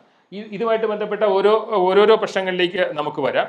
ഒന്നാമത് തീർച്ചയായിട്ടും വെള്ളത്തിൻ്റെ കലക്കമാണ്, ടർബിഡിറ്റിയാണ്. ഇപ്പോൾ ടർബിഡിറ്റി കൂടുമ്പോൾ സ്വാഭാവികമായിട്ടും വെള്ളത്തിൻ്റെ കലക്കം കൂടുമ്പോൾ വെള്ളത്തിൻ്റെ ഉൽപ്പാദനക്ഷമത തീരുമാനിക്കുന്നത് സൂക്ഷ്മ സസ്യങ്ങളാണ്. ഫൈറ്റോ പ്ലാങ്ക്ടനുകൾ എന്ന് പറയും, സസ്യപ്ലവകങ്ങളാണ്. സസ്യപ്ലവകങ്ങൾക്ക് സ്വാഭാവികമായിട്ടും ഭക്ഷണം ഉൽപ്പാദിപ്പിക്കാൻ കഴിയാത്ത അവസ്ഥ വരും. അതിനെ അനുബന്ധിച്ചിട്ടാണ് ജന്തുപ്ലവകങ്ങൾ കാണുന്നത്. മത്സ്യങ്ങളുടെ പ്രധാനപ്പെട്ട ആഹാരം അതാണ്. പ്രത്യേകിച്ച് നമ്മുടെ നാട്ടിലെ ഏറ്റവും സുലഭമായിട്ട് ലഭിക്കുന്നത് പെലാജിക് മത്സ്യങ്ങളാണ്, ഉപരിതലത്തിൽ കാണുന്ന മത്സ്യങ്ങളാണ്. അതിൽ ചാളയുണ്ടാകാം, അയലയുണ്ടാകാം, പിന്നെ മറ്റു മത്സ്യങ്ങളെല്ലാം ഉണ്ടാകാം. ഇവയുടെയൊക്കെ ഭക്ഷ്യ മേഖല, ഭക്ഷ്യ ശൃംഖലയെ കാര്യമായിട്ട് ബാധിക്കും എന്നുള്ളതാണ് ഒന്നാമത്തെ പ്രശ്നം. അപ്പോൾ നമുക്ക് ചിത്രത്തിൽ തന്നെ കാണാം, ഈ രീതിയിലാണ് നമുക്ക് ഡ്രിഡ്ജിങ് നടക്കുന്നത്. അത് ഓരോ തവണയും ഈ പമ്പ് ചെയ്യുന്ന വെള്ളം കടലിലേക്ക് എത്തും. അത് വെള്ളത്തിൻ്റെ മൊത്തത്തിലുള്ള ട്രാൻസ്പാരൻസിയെ ബാധിക്കും. ഇതൊരു വലിയ പ്രശ്നമായിട്ട് നമ്മൾ കണക്കാക്കേണ്ടി വരും എന്നുള്ളതാണ്. അത് മാത്രമല്ല, നമ്മൾ ഓർക്കേണ്ടത് ഈ അന്തർദേശീയ പഠനങ്ങൾ കാണിക്കുന്നത് കേരളത്തിൻ്റെ പിന്നെ തീരപ്രദേശം, പ്രത്യേകിച്ചും ഈ വെസ്റ്റേൺ ഇന്ത്യൻ ഓഷനുമായിട്ട് ബന്ധപ്പെട്ട ഒരു മേഖലയാണ് ലോകത്തെ ഏറ്റവും വലിയ ജൈവവൈവിധ്യ ഹോട്ട്സ്പോട്ടുകൾ. ഏറ്റവും അധികം ജൈവസമ്പന്നതയുള്ള ലോകത്തെ തന്നെ ഹോട്ട്സ്പോട്ടുകളിൽ ഒരു പ്രധാനപ്പെട്ട മേഖലയാണ് കേരളം ഉൾപ്പെടുന്ന തീരപ്രദേശവും ഈ ഇന്ത്യൻ മഹാസമുദ്ര മേഖലയും എന്നുള്ളത് നമ്മൾ മനസ്സിലാക്കണമെന്നുള്ളതാണ്. WWFിൻ്റെ പഠനം അനുസരിച്ചിട്ട് ലോകത്തെ സമുദ്ര ബയോഡൈവേഴ്സിറ്റി ഹോട്ട്സ്പോട്ടുകളിൽ ഒന്ന് എന്ന് പറയുന്നത് ഈ പിന്നെ വെസ്റ്റേൺ ഇന്ത്യൻ ഓഷനാണ്, കേരളം ഉൾപ്പെടുന്ന പ്രദേശമാണ്. അതായത് ഏറ്റവും അധികം ജൈവസമ്പന്നതയുള്ള മേഖലയിലാണ് നമ്മൾ പിന്നെ ഇവിടെ മൈനിങ്ങിനായിട്ട് തിരഞ്ഞെടുത്തിരിക്കുന്നത് എന്ന് മനസ്സിലാക്കണം എന്നുള്ളതാണ്. അതോടൊപ്പം തന്നെ നമുക്ക് മറ്റൊരു ചലഞ്ച് എന്ന് പറയുന്നത് ഈ ഐക്യരാഷ്ട്ര സംഘടന മുന്നോട്ട് വച്ചിട്ടുള്ള 2030 സുസ്ഥിര വികസന ലക്ഷ്യങ്ങൾ. ആ സുസ്ഥിര വികസന ലക്ഷ്യങ്ങളിൽ ഒരു പ്രധാനപ്പെട്ട ലക്ഷ്യം എന്ന് പറയുന്നത് 14 എന്ന് പറയുന്നത് ലൈഫ് ബിലോ വാട്ടർ എന്നുള്ളതാണ്. അതായത് സമുദ്രങ്ങളിലെ ജൈവസമ്പന്നത സംരക്ഷിക്കാമെന്നുള്ള ഒരു ഉടമ്പടി നമ്മുടെ രാജ്യം ഒപ്പുവെച്ചിരിക്കുന്നത് കൊണ്ട് തന്നെ 2030 കൈവരിക്കേണ്ടുന്ന സുസ്ഥിര വികസന ലക്ഷ്യങ്ങളിൽ എത്തേണ്ടത് കൊണ്ട് തന്നെ സമുദ്ര ഉൽപ്പന്നങ്ങളെ, സമുദ്ര ജൈവവൈവിധ്യത്തെ സംരക്ഷിക്കാനുള്ള ഒരു ധാർമ്മികമായ ബാധ്യത നമുക്കുണ്ട് എന്നുള്ളൊരു കാര്യം കൂടി നമ്മൾ ഓർക്കണം എന്നുള്ളതാണ്. അത് പല തലങ്ങളിൽ ബന്ധപ്പെട്ടിരിക്കുന്നു എന്നുള്ളതാണ്. ഇനി ഈ എന്തൊക്കെയാണ് ഈ മൈനിങ് ഉണ്ടാക്കാൻ പോകുന്ന പ്രധാനപ്പെട്ട പ്രശ്നങ്ങൾ എന്ന് നോക്കാം. ഇന്ത്യയിൽ ഇത് തുടങ്ങാൻ പോകുന്നേ ഉള്ളൂ. അപ്പോൾ അതുകൊണ്ട് പഠനങ്ങളൊന്നും ലഭ്യമല്ല. പ്രത്യേകിച്ച് മൈനിങ് ഉണ്ടാക്കുന്ന ഇഷ്യൂസിനെ പറ്റിയിട്ടുള്ള പഠനങ്ങളൊന്നും ലഭ്യമല്ല. എന്നാൽ ലോകത്തിൻ്റെ പല ഭാഗങ്ങളിലും, പ്രത്യേകിച്ച് കഴിഞ്ഞ ഒരു 4-5 വർഷങ്ങളിൽ നിരന്തരമായി പഠനം നടത്തുന്ന മേഖലകളുടെ ഗവേഷണ ഫലങ്ങളെല്ലാം നമുക്ക് കിട്ടിയിട്ടുണ്ട്. ഇത്തരം ഫലങ്ങളെല്ലാം നമ്മളോട് പറയുന്ന ഒരു വ്യക്തമായ ഒരു കാര്യമുണ്ട്. മൈനിങ് നടത്തുന്ന എല്ലാ മേഖലകളിലും മത്സ്യസമ്പത്ത് കുറഞ്ഞിട്ടുണ്ട്, ജൈവസമ്പത്ത് കുറഞ്ഞിട്ടുണ്ട്. ഇത് തീരശോഷണത്തിന് ഇടയാക്കിയിട്ടുണ്ട്. ഇന്തോനേഷ്യയിലാണ് ഏറ്റവും ശക്തമായ ഒരു പഠനം നടന്നിട്ടുള്ളത്. ഇന്തോനേഷ്യയിൽ നടന്ന പഠനങ്ങളൊക്കെ കാണിക്കുന്നത് കഴിഞ്ഞ 10 വർഷമായി തുടരുന്ന അവിടെ ആഴക്കടലല്ല, തീരക്കടൽ ഖനനം എന്ന് പറയുന്നത് പല ദ്വീപുകളെയും ഇല്ലാതാക്കിയിട്ടുണ്ട്. അവരുടെ തീരശോഷണം വളരെയധികം രൂക്ഷമാക്കിയിട്ടുണ്ട് എന്നുള്ളതാണ്. അതിൻ്റെ അർത്ഥം പല സ്ഥലങ്ങളിലും തുടരുന്ന ശാസ്ത്രീയ ഗവേഷണ പഠനങ്ങളൊക്കെ ഒരു കാര്യം വ്യക്തമാക്കുന്നുണ്ട്: ഖനനം നടക്കുന്ന മേഖലകളിലൊക്കെ തന്നെ അത് മത്സ്യസമ്പത്തിനെ ബാധിച്ചിട്ടുണ്ട്, തീരപ്രദേശത്തിൻ്റെ നിലനിൽപ്പ് ബാധിച്ചിട്ടുണ്ട്, അത് സാധാരണ മത്സ്യത്തൊഴിലാളികളുടെ നിലനിൽപ്പ് തന്നെ ഭീഷണിയിലാക്കിയിട്ടുണ്ട് എന്നുള്ളത് മനസ്സിലാക്കണം എന്നുള്ളതാണ്. ഇനി നമ്മുടെ ഈ കൊല്ലം ബാങ്കുമായിട്ട് ബന്ധപ്പെടുത്തി ഒരുപാട് പ്രശ്നങ്ങളുണ്ട്. കാരണം കൊല്ലം ബാങ്ക് ഞാൻ പറഞ്ഞല്ലോ, ഇന്ത്യയിൽ തന്നെ കേരളത്തിൽ മാത്രമല്ല ഇന്ത്യയിൽ തന്നെ ഏറ്റവും അധികം സമൃദ്ധമായിട്ട് മത്സ്യവും ചെമ്മീനും കിട്ടുന്ന ഒരു മേഖലയാണ്. അതുകൊണ്ട് തന്നെ ഈ പ്രദേശങ്ങളിൽ നടത്തുന്ന ഏത് ഖനന പ്രക്രിയയും അതുമായിട്ട് ബന്ധപ്പെടുത്തി നടക്കുന്ന എല്ലാ പാരിസ്ഥിതിക മാറ്റങ്ങളും സ്വാഭാവികമായിട്ട് ഇവരുടെ ഉൽപ്പാദനക്ഷമതയെ മൊത്തമായിട്ട് ബാധിക്കാനുള്ള എല്ലാ സാധ്യതയുണ്ട്. ഇനി നമ്മുടെ തീരപ്രദേശത്ത് മാത്രം കാണുന്ന മറ്റൊരു ചെമ്മീൻ വിഭവമാണ് കരിക്കാടി എന്ന് പറയുന്നത്. അത് ഈ മഴക്കാലത്തിന് ശേഷം വരുന്ന കരിക്കാടിയാണ്. ഈ കരിക്കാടി എന്തുകൊണ്ടാണ് മഴക്കാലത്തിന് ശേഷം കിട്ടുന്നത്? ഇത് പ്രജനനത്തിനും ആഹാരത്തിനുമായിട്ട് ആഴക്കടലിൽ നിന്നും തീരക്കടലിലേക്കും തിരിച്ചും യാത്ര ചെയ്യുന്നുണ്ട്. അപ്പോൾ സ്വാഭാവികമായിട്ടും ഇതിനിടയ്ക്കുള്ളൊരു മേഖലയിൽ നടക്കുന്ന ഖനനം തീർച്ചയായിട്ടും കരിക്കാടി എന്ന് പറയുന്ന ഒരു ചെമ്മീനിൻ്റെ ലഭ്യതയെ കാര്യമായിട്ട് ബാധിക്കും എന്നുള്ളതാണ്. ഇനി ഇതുവരെ അധികം അറിയാത്ത ഒരു മേഖലയും കൂടി ഇതിനകത്തുണ്ട്. അതാണ് ഞങ്ങളുടെ പഠനവുമായിട്ട് ബന്ധപ്പെട്ട പ്രവർത്തനങ്ങൾ. കഴിഞ്ഞ 2 വർഷമായിട്ട് നമ്മൾ തിരുവനന്തപുരത്തും കൊല്ലത്തിൻ്റെയും തീരപ്രദേശങ്ങളിൽ ഏതാണ്ട് ഒരു 50 മീറ്റർ വരെയുള്ള തീരപ്രദേശങ്ങളിൽ എന്ത് ജൈവവൈവിധ്യമാണ് കാണുന്നത് എന്നുള്ളതിനെ പറ്റിയിട്ട് ഒരു പഠനം നടത്തുന്നുണ്ട്. അപ്പോൾ അതിന് വേണ്ടിയിട്ട് പിന്നെ നമ്മൾ പുതിയ സാങ്കേതിക വിദ്യകൾ ഉപയോഗിക്കുന്നുണ്ട്. ആഴക്കടലിൽ ഡൈവ് ചെയ്യാൻ പറ്റുന്ന 2 ഇന്ത്യയിൽ തന്നെയുള്ള ഏറ്റവും പ്രഗത്ഭരായ 2 പിന്നെ ഡൈവേഴ്സാണുള്ളത്. കാരണം നമുക്കൊരു 30 മീറ്റർ വരെയൊക്കെ ഡൈവ് ചെയ്യുന്നതിന് വലിയ പ്രശ്നമില്ല. 30 മീറ്ററിനേക്കാളും താഴേക്ക് ഡൈവ് ചെയ്യണമെന്നുണ്ടെങ്കിൽ നമുക്ക് ഓക്സിജൻ്റെ കുറവുണ്ടാവും. അപ്പോൾ നമ്മൾ നൈട്രോക്സ് എന്ന് പറയുന്ന ഒരു ഗ്യാസും കൂടി ഉപയോഗിക്കണം. 2 സിലിണ്ടർ ഉപയോഗിക്കണം. നൈട്രോക്സും കൂടി ആണെങ്കിൽ 3 സിലിണ്ടർ ഉപയോഗിക്കണം. 3 സിലിണ്ടർ ഉപയോഗിച്ചിട്ടേ ഡൈവ് ചെയ്യാൻ പറ്റൂ. പിന്നെ നമുക്ക് ഡൈവ് ചെയ്താലും 3 സിലിണ്ടർ വെച്ച് ഡൈവ് ചെയ്താലും കടലിൻ്റെ അടിത്തട്ടിൽ നിൽക്കാൻ പറ്റുന്നത് ഒരു 15 മിനിറ്റേ ഉണ്ടാവുള്ളൂ. അതിനുശേഷം നമുക്ക് ഗ്യാസ് ലഭ്യമാവില്ല, പ്രഷർ കൂടും. അതിനുശേഷം അത്രയധികം നമുക്ക് അവിടെ നിൽക്കാൻ പറ്റില്ല എന്നുള്ളതാണ്. അപ്പോൾ അതുകൊണ്ട് ഇന്ത്യയിൽ തന്നെയുള്ള ഏറ്റവും പ്രഗത്ഭരായ 2 പിന്നെ ഡൈവേഴ്സാണ്. ഒന്ന് ഉമീദ് മിസ്ത്രി എന്നും രണ്ടാമത്തെ ആൾ ജോന എന്ന് പറയുന്ന 2 പേര്. ഇവരാണ് നമ്മൾക്ക് വേണ്ടിയിട്ട് ഡൈവ് ചെയ്യുന്നതും ഈ ഫോട്ടോഗ്രാഫ് എടുക്കുന്നതും ഈ പ്രദേശങ്ങളിൽ. ഇതൊന്നും അല്ലാതെ കപ്പലിൽ നിന്ന് തന്നെ നിയന്ത്രിക്കാൻ പറ്റുന്ന വിദൂര നിയന്ത്രണ സംവിധാനങ്ങളുണ്ട്, റിമോട്ട്ലി ഓപ്പറേറ്റഡ് വെഹിക്കിൾസ്. അതും നമ്മൾ ഉപയോഗിച്ചിട്ടുണ്ട്. പ്രത്യേകിച്ചും തിരുവനന്തപുരം തീരപ്രദേശങ്ങളിൽ 100 മീറ്റർ വരെ തീരപ്രദേശത്ത് എന്ത് കാണുന്നു എന്ന് ഡോക്യുമെൻ്റ് ചെയ്യാനുള്ള ഒരു ആദ്യത്തെ പ്രോസസ്സാണ്. അപ്പോൾ ഈ ഡോക്യുമെൻറ്റേഷനിൽ നമ്മൾ കാണുന്നത് സ്വാഭാവികമായിട്ട് പത്രങ്ങളിലൊക്കെ വരുന്നത് കേരളത്തിൻ്റെ തീരപ്രദേശങ്ങളിൽ നിറയെ പവിഴപ്പുറ്റുകളുണ്ട് എന്നുള്ളതാണ്. കേരളത്തിൻ്റെ തീരപ്രദേശങ്ങളിൽ പവിഴപ്പുറ്റുകളില്ല. പക്ഷേ പവിഴപ്പുറ്റുകൾ വരാനുള്ള സാഹചര്യമില്ല എന്നുള്ളതാണ്. കാരണം ഇവിടെ ഒരുപാട് വെള്ളത്തിന് ഒരുപാട് കലക്കമുണ്ട്, ഒരുപാട് എക്കലടിയുന്ന വെള്ളമുള്ള പ്രദേശമാണ്, ആഴം കൂടുതലാണ്. അതുകൊണ്ട് തന്നെ നമുക്ക് സ്വാഭാവികമായിട്ട് നമ്മളിപ്പോൾ ലക്ഷദ്വീപിലോ അല്ലെങ്കിൽ ഗൾഫ് ഓഫ് മന്നാറിലോ കാണുന്നത് പോലുള്ള വലിയ പവിഴപ്പുറ്റ് മേഖലകൾ കേരളത്തിലില്ല. അതേസമയം കേരളത്തിൻ്റെ തീരപ്രദേശങ്ങളിൽ ഒരുപാട് പാറക്കെട്ടുകളുണ്ട്. അത് ചില സ്ഥലങ്ങളിൽ ഗ്രാനൈറ്റ് ആയിരിക്കാം, ചില സ്ഥലങ്ങളിൽ വെട്ടുകല്ലായിരിക്കാം. ഇങ്ങനെയുള്ള പാറക്കെട്ടുകൾ കടലിൻ്റെ അടിയിലേക്ക് തള്ളി നിൽക്കുന്നുണ്ട്. ആ കടലിൻ്റെ അടിയിലും ഈ പാറക്കെട്ടുകൾ വരുന്നുണ്ട്. ഇങ്ങനെയുള്ള പ്രദേശങ്ങളാണ് പാറപ്പാരുകൾ എന്ന് പറയുന്നത്. അതിൻ്റെ കടലിൻ്റെ അടിത്തട്ടിലുള്ള പാറക്കെട്ടുകളാണ്. പലതരത്തിലുള്ള പാറകളുണ്ടാവാം. അത് ചിലപ്പോൾ അഗ്നിപർവ്വത സ്ഫോടനവുമായിട്ട് ബന്ധപ്പെട്ട പാറകളായിരിക്കാം, ഇല്ലെങ്കിൽ വെട്ടുകൽ പ്രദേശങ്ങളായിരിക്കാം, ഗ്രാനൈറ്റ് പാറകളായിരിക്കാം. അപ്പോൾ അങ്ങനെയുള്ള പാറപ്രദേശങ്ങൾക്ക് ഒരു വലിയ സവിശേഷമായ പാരിസ്ഥിതിക ധർമ്മമുണ്ട്. കാരണം കടലിലെ പ്രശ്നമെന്ന് പറയുന്നത് മത്സ്യങ്ങൾക്ക് ഒളിത്താവളമില്ല എന്നുള്ളതാണ്. കാരണം തുറന്ന കടലാണ്, വെറുതെ വെള്ളം മാത്രമേ ഉള്ളൂ. അതേസമയം എവിടെയെല്ലാം ഒളിത്താവളം കിട്ടുമോ അവിടെയെല്ലാം മത്സ്യങ്ങൾ ചേക്കേറും. എവിടെയെല്ലാം മുട്ടകൾ ഉറപ്പിക്കാനുള്ള സ്ഥലമുണ്ടോ അവിടെയെല്ലാം കണവ പോലുള്ള മത്സ്യങ്ങൾ മുട്ടയിടാനും മുട്ട ഒട്ടിച്ചു വെക്കാനും ഒക്കെ ശ്രമിക്കുമെന്നുള്ളതാണ്. അപ്പോൾ കടലിൽ ഏറ്റവും അധികം ജൈവസമ്പന്നതയുള്ള ഒരു പ്രദേശം എന്ന് പറയുന്നത് റോക്കി റീഫാണ്, പാറപ്പാരുകളാണ്. അങ്ങനെയുള്ള പാറപ്പാരുകളാണ് കേരളത്തിൻ്റെ തീരപ്രദേശങ്ങളിൽ പല സ്ഥലങ്ങളിലും ഉള്ളത്. അതിനെ പറ്റിയിട്ടുള്ള പൊതുവായ ധാരണ കുറവാണ്. അടുത്ത കാലത്താണ് പ്രത്യേകിച്ച് തിരുവനന്തപുരത്ത്, പ്രത്യേകിച്ച് ആൻഡ്രൂസ് എന്ന് പറയുന്നൊരു മത്സ്യത്തൊഴിലാളിയാണ് കൊല്ലത്ത് ആദ്യമായിട്ട് പാറപ്പാരുകളുടെ സാന്നിധ്യത്തെ പറ്റി കൃത്യമായിട്ട് വിവരം അദ്ദേഹത്തിൻ്റെ പുസ്തകത്തിൽ തരുന്നത്. അതിനോടൊപ്പം തന്നെ അദ്ദേഹം കൊല്ലം തീരത്ത് കാണുന്ന പാറപ്പാരുകളിലെല്ലാം രേഖാചിത്രങ്ങൾ ഒരു മൈൻഡ് മാപ്പിംഗ് വഴി വരച്ചു വെച്ചിട്ടുണ്ട്. ഒരു വലിയ പേപ്പറിൽ എവിടെയൊക്കെയാണ് പാറപ്പാരുകൾ കാണുന്നത്, എത്ര ആഴത്തിൽ കാണുന്നു, അവിടെ എങ്ങനെ മത്സ്യബന്ധനം നടത്തണം, ഇത്തരത്തിലുള്ള കാര്യങ്ങളെല്ലാം കൃത്യമായിട്ട് അദ്ദേഹം രേഖപ്പെടുത്തിയിട്ടുണ്ട് എന്നുള്ളതാണ്. ഇതാണ് ആദ്യത്തെ ഒരു ഡോക്യുമെൻറ്റേഷൻ. ഒരു സയൻറ്റിഫിക് ഇൻവെസ്റ്റിഗേഷൻ നടക്കുന്നതിന് മുമ്പ് ആദ്യത്തെ ഡോക്യുമെൻറ്റേഷൻ എന്ന് പറയുന്നത് ആൻഡ്രൂസ് ചേട്ടൻ്റെ പുസ്തകവും ആദ്യ ഡോക്യുമെൻറ്റേഷനുമാണെന്നുള്ളതാണ്. ഞങ്ങൾ പരമ്പരാഗത നാട്ടറിവുകളെ പറ്റിയിട്ടൊരു പഠനം നടത്താനായിട്ട് കൊല്ലത്ത് പോകുമ്പോഴാണ് അദ്ദേഹത്തിനെ കാണുകയും അദ്ദേഹത്തിൻ്റെ പുസ്തകം വായിക്കുകയും അദ്ദേഹത്തിൻ്റെ ചിത്രങ്ങൾ കാണുകയും ചെയ്യുമ്പോഴാണ് ഇങ്ങനൊരു വലിയ സാധ്യതയുണ്ടല്ലോ, ഇതിനെപ്പറ്റി ശാസ്ത്രീയമായിട്ട് പഠിക്കണമെന്നുള്ള ഒരു താല്പര്യം തോന്നുന്നത് ആ ഒരു അവസരത്തിലാണ്. അതിനുശേഷമാണ് ഇത്തരത്തിലുള്ള പഠനങ്ങളിലേക്ക് നമ്മൾ എത്തുന്നത്. ഇപ്പോൾ പാറപ്പാരുകൾക്ക് ഒരു വലിയ പാരിസ്ഥിതിക ധർമ്മമുള്ളത് ഇതൊരു ജൈവസമ്പന്നമായ കേന്ദ്രമാണ്. ഞാൻ ചിത്രങ്ങളിലേക്ക് വരാം. അപ്പോൾ അതുകൊണ്ട് തന്നെ ഈ പ്രദേശങ്ങളിൽ മുഴുവൻ ജൈവ സമ്പന്നമായിരിക്കും. ഈ പ്രദേശങ്ങൾക്ക് വേറൊരു ധർമ്മം കൂടിയുണ്ട്. ആ പ്രദേശങ്ങളാണ്, ഈ കടലിനടിയിലുള്ള ഈ പാറക്കെട്ടുകളാണ് പലപ്പോഴും തിരമാലകളുടെ ഊർജ്ജത്തെ കുറയ്ക്കുന്നത് എന്നുള്ളതാണ്.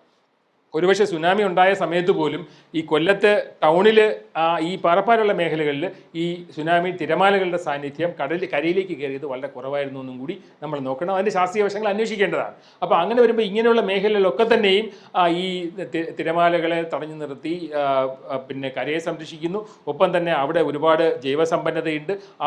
ആ സമ്പന്നതയുമായിട്ട് ബന്ധപ്പെട്ട പാരിസ്ഥിതിക സേവനങ്ങൾ നിരവധിയുണ്ട് എന്നുള്ളതാണ്. അപ്പോൾ ഇത്തരത്തിലുള്ള പ്രദേശങ്ങളെല്ലാം ഒരു വലിയ ജൈവസമ്പന്ന കേന്ദ്രമായി ആയതുകൊണ്ട് തന്നെ ഇത്തരം പാറപ്പാരുകളെ പറ്റി നടത്തിയിട്ടുള്ള ആദ്യത്തെ പഠനങ്ങളൊക്കെ തന്നെ ഒരുപാട് പാരിസ്ഥിതികമായ പ്രത്യേകതകൾ നമുക്ക് വെളിവാക്കിയിട്ടുണ്ട്. അതിനൊക്കെ നമ്മൾ നന്ദി പറയുന്നത് സി ആൻഡ്രൂസിനെയും അദ്ദേഹത്തിൻ്റെ പുസ്തകത്തെയും അദ്ദേഹത്തിൻ്റെ ആദ്യത്തെ പഠനങ്ങളെയുമാണ്.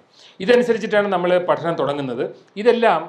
ഇതൊരു ലക്ഷദ്വീപിലോ അല്ലെങ്കിൽ ഒരു പവിഴപ്പുറ്റ് മേഖലയോ അല്ല, ഇതെല്ലാം കൊല്ലത്തിൻ്റെ തീരപ്രദേശമാണ്. ഈ കൊല്ലത്തിൻ്റെ തീരപ്രദേശങ്ങളിൽ കാണുന്ന പാറപ്പാരുകളാണ്. അപ്പോൾ ഈ പാറപ്പാരുകളെല്ലാം തന്നെ സമൃദ്ധമാണ്. ഇത് ഏതാണ്ട് ഞങ്ങൾ ഡൈവ് ചെയ്തത് ഏതാണ്ട് 20 മീറ്റർ മുതൽ ഏതാണ്ട് 50 മീറ്റർ വരെയുള്ള പ്രദേശങ്ങളാണ്. അപ്പോൾ ഈ കൊല്ലവുമായിട്ട് ബന്ധപ്പെട്ട തീരപ്രദേശങ്ങളിലേക്ക് ഒരു 20 മീറ്റർ 30 മീറ്റർ തീരപ്രദേശത്ത് തന്നെ തുടങ്ങുന്നുണ്ട്. ഉദാഹരണം തിരുവനന്തപുരത്താണെങ്കിൽ വർക്കല എന്ന് പറയുന്ന ഭാഗത്തൊരു വലിയൊരു പാരുണ്ട്. അപ്പോൾ അത് കഴിഞ്ഞിട്ട് ആ പാരുകൾ കൊല്ലത്തേക്ക് വരുമ്പോൾ ഒരു വ്യത്യാസമുള്ളത്, കൊല്ലത്ത് കാണുന്നത് മുഴുവൻ കൂടുതലും വെട്ടുകല്ലാണ്. ഈ മേഖലയിൽ കാണുന്ന വെട്ടുകല്ലിന് ഒരു പ്രത്യേകതയും കൂടിയുണ്ട്. ഒരുപാട് സുഷിരങ്ങളുണ്ട്. നിങ്ങൾക്കറിയാം വെട്ടുകല്ലിൽ ഒരുപാട് സുഷിരങ്ങളുണ്ട്. അപ്പോൾ അത് തന്നെ കുറച്ചും കൂടി ജൈവസമ്പന്നത കൂട്ടാനുള്ള സഹായമായിട്ട് വരും. ഇപ്പോൾ ഈ ഒരു ഒറ്റ ഫോട്ടോഗ്രാഫിൽ തന്നെ നമുക്ക് കാണുന്നത് ഏതാണ്ട് 10ഓളം ഇനത്തിൽപ്പെട്ട പവിഴജീവികളാണ്. ഈ പവിഴജീവികളെല്ലാം ഇന്ന് വന്യജീവി സംരക്ഷണ നിയമം അനുസരിച്ച് ഷെഡ്യൂൾ 1 സംരക്ഷിക്കപ്പെട്ടിരിക്കുന്നതാണ്. അതായത് നമ്മൾ കടുവയും സിംഹവും ഒക്കെ പോലെയുള്ള തന്നെ സംരക്ഷണ പട്ടികയിൽ വരുന്നതാണ് ഈ പവിഴജീവികളെല്ലാം തന്നെ. ഇത് പവിഴപ്പുറ്റല്ല, പവിഴജീവികളാണ്. അപ്പോൾ ഈ കേരളത്തിൽ തന്നെ അടുത്ത കാലത്ത് നടത്തിയിട്ടുള്ള ഇത് വേറൊരു ചിത്രമാണ്. ഈ മേഖലയിലൊക്കെ തന്നെ ഈ മത്സ്യങ്ങളുടെ ഇത് മുഴുവൻ വറ്റയാണ്. പറ്റ എന്ന് പറയുന്ന ഒരു മത്സ്യമാണ്, പാര എന്ന് നമ്മൾ പറയുന്ന മത്സ്യമാണ്. ഇത്തരം മേഖലകളൊക്കെ തന്നെ നിറയെ പഴപ്പാരുകളുണ്ട്. പാറപ്പാരുകളുമായിട്ട് ബന്ധപ്പെട്ട് ജന്തുജാലങ്ങളുടെ ഒരു വലിയ നിരയുണ്ട്. അത് മുഴുവൻ പവിഴജീവികളുണ്ട്. ഇത് പ്രധാനപ്പെട്ട ഈ മത്സ്യ പ്രജനന മേഖലയാണ്. അവിടെ പ്രധാനപ്പെട്ട മത്സ്യം പിടിക്കുന്ന മേഖലയാണ്. പരമ്പരാഗത മത്സ്യത്തൊഴിലാളികൾ കൃത്യമായിട്ട് ഈ പാരുകൾ ലൊക്കേറ്റ് ചെയ്തിട്ട് എത്ര ആഴത്തിലാണ് എന്ന് കൃത്യമായിട്ട് ഡോക്യുമെൻ്റ് ചെയ്തിട്ട് അവിടെയാണ് മീൻ പിടിക്കുന്നതും അതുപോലെ തന്നെ കണവ പിടിക്കുന്നതും ഒക്കെ ഈ മേഖലകളിലാണ് എന്നുള്ളത് ഒരു വലിയ പാരിസ്ഥിതിക പ്രാധാന്യമുള്ള മേഖലയാണ്. ഞാൻ പറഞ്ഞല്ലോ, നമ്മളെ പഠനം ഏതാണ്ട് 50 മീറ്റർ വരെയാണ്. ഇപ്പോൾ പ്രപ്പോസ് ചെയ്തിരിക്കുന്ന സൈറ്റ് എല്ലാം 70 മീറ്റർ വരെ ഉള്ളൂ പരമാവധി ആഴം എന്ന് പറയുന്നത്. അതിൻ്റെ അർത്ഥം ഇതെല്ലാം ഏതാണ്ട് തീരപ്രദേശങ്ങളിൽ വരുന്ന ഏറ്റവും സവിശേഷമായ ആവാസ വ്യവസ്ഥകളാണ്.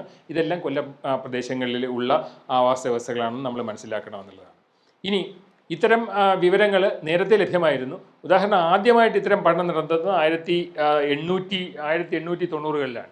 1898 ബ്രിട്ടീഷ് ഗവൺമെൻറ് ഈ ഇന്ത്യൻ ഓഷൻ, അന്ന് അവർ ചെയ്തതെല്ലാം നിങ്ങൾക്കറിയാമല്ലോ, ഇന്ത്യയിൽ ആദ്യമായിട്ട് വിഭവങ്ങളുടെ കൃത്യമായിട്ട് ഡോക്യുമെൻറ്റേഷൻ ചെയ്യുന്നത് ബ്രിട്ടീഷുകാരാണ്.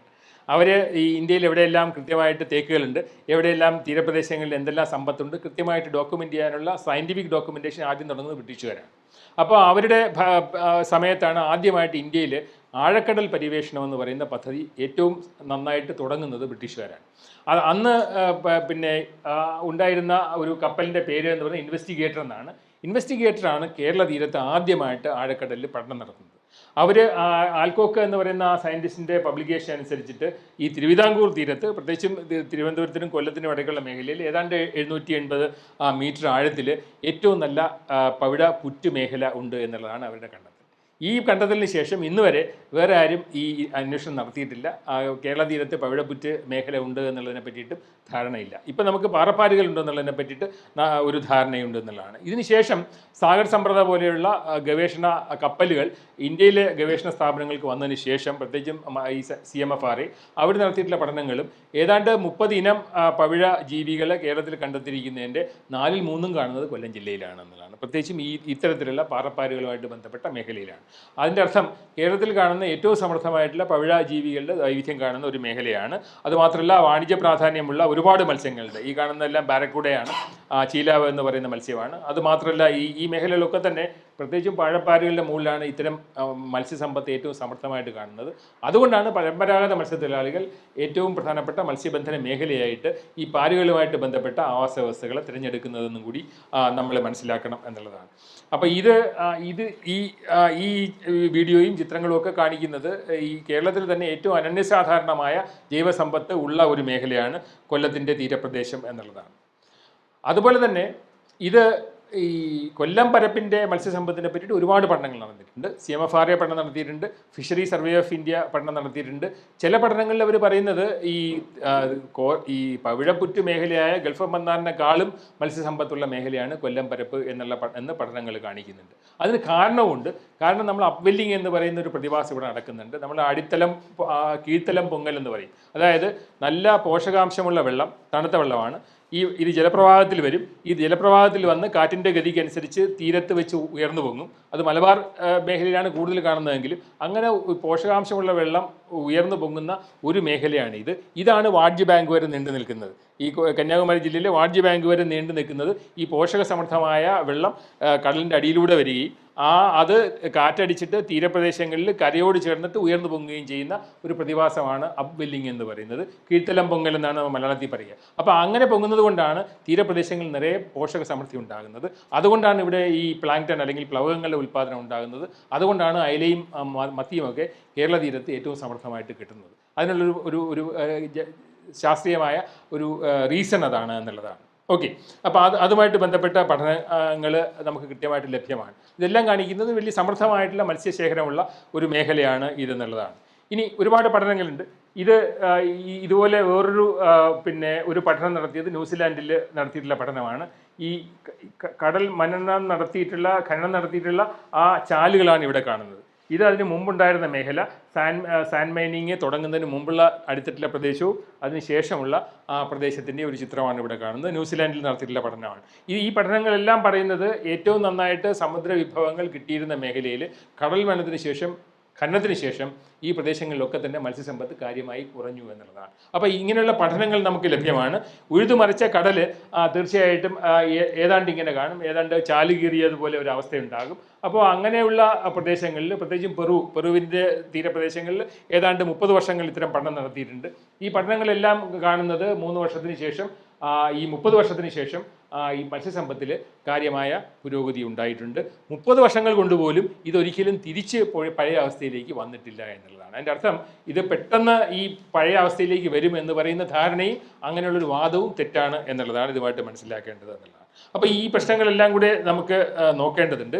പിന്നെ ഈ കടലിൽ, ആഴക്കടലിൽ, തീരക്കടലിൽ ഉണ്ടാക്കുന്ന ഈ ചാലുകൾ, ഈ കടൽ മണ്ണുമായിട്ട് ബന്ധപ്പെട്ട്, ഖനനവുമായിട്ട് ബന്ധപ്പെട്ടുണ്ടാകുന്ന ചാലുകൾ തീർച്ചയായിട്ടും ജലത്തിൻ്റെ പ്രവാഹങ്ങളുടെയൊക്കെ ദിശ മാറ്റി. ഞാൻ പറഞ്ഞല്ലോ, ഈ ജലപ്രവാഹങ്ങളാണ് തീരപ്രദേശങ്ങളിൽ ഉൽപ്പാദനക്ഷമത ഉണ്ടാക്കുന്നത് എന്നുള്ളതാണ്. അപ്പോൾ ഈ പാറ്റേണിൽ, ഈ വരുന്ന ഈ ജലപ്രവാഹത്തിൻ്റെ പാറ്റേണുകളിൽ മാറ്റം വരുത്താൻ സാധ്യതയുണ്ട്. മറ്റൊരു വലിയ പ്രശ്നം എന്ന് പറയുന്നത് മലിനീകരണമാണ്. കാരണം ആയിരക്കണക്കിന് വർഷങ്ങളായിട്ട് ഒരു വ്യത്യാസവും ഇല്ലാതെ കിടക്കുന്ന അടിത്തട്ടിൽ നമ്മൾ കുഴിക്കാൻ തുടങ്ങുമ്പോൾ അതിനകത്ത് ഡെപ്പോസിറ്റ് ചെയ്യപ്പെട്ടിരിക്കുന്ന എല്ലാ മൂലകങ്ങളും പുറത്തേക്ക് വരും. അത് ഹെവി മെറ്റൽസ് ഉണ്ടാകാം, മറ്റ് വിഷവസ്തുക്കൾ ഉണ്ടാകാം, ഇതെല്ലാം പുറത്തേക്ക് വരും. ഇതും നമ്മുടെ ഉൽപ്പാദനക്ഷമതയെ കാര്യമായിട്ട് ബാധിക്കും. അപ്പോൾ വെള്ളത്തിൻ്റെ മലിനീകരണത്തിനുള്ള സാധ്യത, അതുവഴി മത്സ്യങ്ങൾക്കും ചിപ്പികൾക്കും ഉണ്ടാകാനുള്ള കണ്ടാമിനേഷൻ്റെ സാധ്യത, ഇതെല്ലാം വളരെയധികം വർദ്ധിപ്പിക്കും എന്നുള്ളത് നമുക്ക് മനസ്സിലാക്കണം എന്നുള്ളതാണ്. ഇനി കേരള തീരത്തിലെ ഏറ്റവും അധികം ഈ രൂക്ഷമായിട്ട് തീരശോഷണം നേരിടുന്ന മേഖലകളൊന്നാണ് കൊല്ലം ജില്ല. അപ്പോൾ ഈ മണൽ കരയിൽ എത്താതായാൽ സ്വാഭാവികമായിട്ടും തീരപ്രദേശത്തെ മണലടിയുന്നത് കുറയും എന്നുള്ളതാണ്. അപ്പോൾ തീരപ്രദേശത്തിൻ്റെ തീരശോഷണം എന്ന് പറയുന്നത് ഈ മണൽ ഖനനം കൊണ്ട് രൂക്ഷമാകാനാണ് സാധ്യത എന്നുള്ളതാണ്. മറ്റ് പ്രശ്നങ്ങളുമുണ്ട്. പിന്നെ ആ മേഖലയിലാണ് മത്സ്യങ്ങൾ മുട്ടയിടുന്നത്, അവരുടെ പ്രജനനത്തിനെ, ആഹാരത്തിനെ ഒക്കെ തന്നെ ഇത് ബാധിക്കും എന്നുള്ളതാണ്. പിന്നെ തീരപ്രദേശങ്ങളിൽ കേരളത്തിന് മാത്രമുള്ളൊരു സവിശേഷതയാണ് ചാകര എന്ന് പറയുന്നത്. അത് ആലപ്പുഴ ജില്ലയിലുണ്ട്, ഏറ്റവും സമൃദ്ധമായിട്ട് അത് കൊല്ലം ജില്ലയിലും ഉണ്ട് എന്നുള്ളതാണ്. അപ്പോൾ ഈ ചാകര എന്ന് പറയുന്നത് കടലിൽ അടിയുന്ന ചെളിയുമായിട്ടും കൂടി ബന്ധപ്പെട്ടതാണ്, മണ്ണിലുണ്ടാകുന്ന. അപ്പോൾ അങ്ങനെ ഈ ചെളി അടിയുന്നത് കൊണ്ടാണ് ഈ തിരമാലയുടെ ഊർജ്ജം കുറയുന്നത്, കടൽ ശാന്തമാകുന്നത്. അങ്ങനെയുള്ള അവസ്ഥയ്ക്കാണ് ചാകര എന്നോ ശാന്തകരയിൽ നിന്ന് ചാകര ഉണ്ടായതാണെന്നുള്ളതാണ് വെയ്പ്പ്. ആ പ്രദേശങ്ങളിൽ ഏറ്റവും സമൃദ്ധമായിട്ട് ചെമ്മീൻ ഉൾപ്പെടെയുള്ള മത്സ്യ വിഭവങ്ങൾ കിട്ടിക്കൊണ്ടിരിക്കുന്നത്. അതിന് ഉണ്ടാകുന്ന മാറ്റങ്ങളെ പറ്റിയിട്ടോ, അത് ഓൾറെഡി കേരളത്തിൽ ചാകര ഉണ്ടാകുന്നതിൻ്റെ അളവ് കുറഞ്ഞു വരുന്നു. പ്രത്യേകിച്ചും ഒരു പക്ഷേ അതിനുള്ള കാരണം പിന്നെ പുഴകളിൽ നിന്നും മണലിൽ നിന്നും ഒഴുകിയെത്തുന്നില്ല എന്നുള്ളത്. എല്ലാ പുഴകളിലും ഡാം വരുന്നതുകൊണ്ട് തന്നെ ഈ മണൽ പഴയതുപോലെ തീരപ്രദേശത്തേക്ക് എത്തുന്നില്ല എന്നുള്ളതാണ്. അപ്പോൾ മണൽ എത്താതാകുമ്പോൾ ഉള്ള അവസ്ഥയിലാണ് നമ്മൾ മണൽ ഖനനം നടത്തുന്നതെന്നും കൂടി നമ്മൾ ഓർക്കണം എന്നുള്ളതാണ്. ഓക്കെ. രണ്ടാമത് കാലാവസ്ഥാ മാറ്റവുമായിട്ട് ബന്ധപ്പെട്ടതാണ്. അടിത്തട്ടിൽ പിടിച്ചു വെച്ചിരിക്കുന്ന കാർബൺ എല്ലാം ഈ ഖനനത്തോടു കൂടി പുറത്തേക്ക് വരും. അത് നമ്മുടെ കാർബൺ സൈക്കിളിനെയും ബാധിക്കും. കാർബൺ അന്തരീക്ഷത്തിലേക്ക് എത്തുന്നതിൻ്റെ അളവ് കൂട്ടുകയും ചെയ്യും എന്നുള്ളതാണ്. ഇനി അടുത്ത ഘട്ടത്തിലേക്ക് വന്നാൽ, ഇതുകൊണ്ട് ഈ കടൽ ഖനനം ഉണ്ടാകുമ്പോൾ അത് ആർക്കാണ് ഗുണമുണ്ടാകുന്നത്? മൊത്തത്തിലുള്ള ഇതിൻ്റെ വരുമാനം എങ്ങനെ കണക്കാക്കാം? രണ്ട് രീതിയിലാണ് ഇതിനെ കണക്കാക്കേണ്ടത്. ഒന്ന്, ഇപ്പോൾ നിലവിൽ കിട്ടിക്കൊണ്ടിരിക്കുന്ന മത്സ്യസമ്പത്തിൻ്റെ ഒരു മൂല്യം കണക്കാക്കണം. രണ്ടാമത്, നമുക്ക് മണൽ ഖനനം കൊണ്ടുണ്ടാകുന്ന വരുമാനം നമ്മൾ നോക്കണം. ഈ വരുമാനം ആർക്കാണ് എന്നുള്ളതും കൂടി നോക്കണം. ഇത് രണ്ടും കൂടെ കണക്കാക്കി കഴിഞ്ഞാൽ, കഴിഞ്ഞ വർഷം ഇന്ത്യയിൽ നിന്ന് കയറ്റി അയച്ച മത്സ്യവിഭവങ്ങളുടെ കണക്ക് എത്ര പേർക്ക് അറിയും എന്നെനിക്കറിയില്ല. ഏതാണ്ട് 65,000 കോടി രൂപയാണ്. ഈ 65,000 കോടി രൂപയ്ക്ക് പുറത്ത് ഇന്ത്യയിൽ നിന്ന് കടൽ വിഭവങ്ങൾ, മത്സ്യവിഭവങ്ങൾ കയറ്റി അയക്കുന്ന ഒരു രാജ്യത്ത് സ്വാഭാവികമായിട്ടും ഇത്തരത്തിലുള്ള മണൽ ഖനനം ഉണ്ടാക്കാൻ ഇടയുള്ള സ്വാധീനത്തെ പറ്റിയിട്ട് കൃത്യമായിട്ടുള്ളൊരു കണക്കെടുപ്പ് വേണം എന്നുള്ളതാണ്.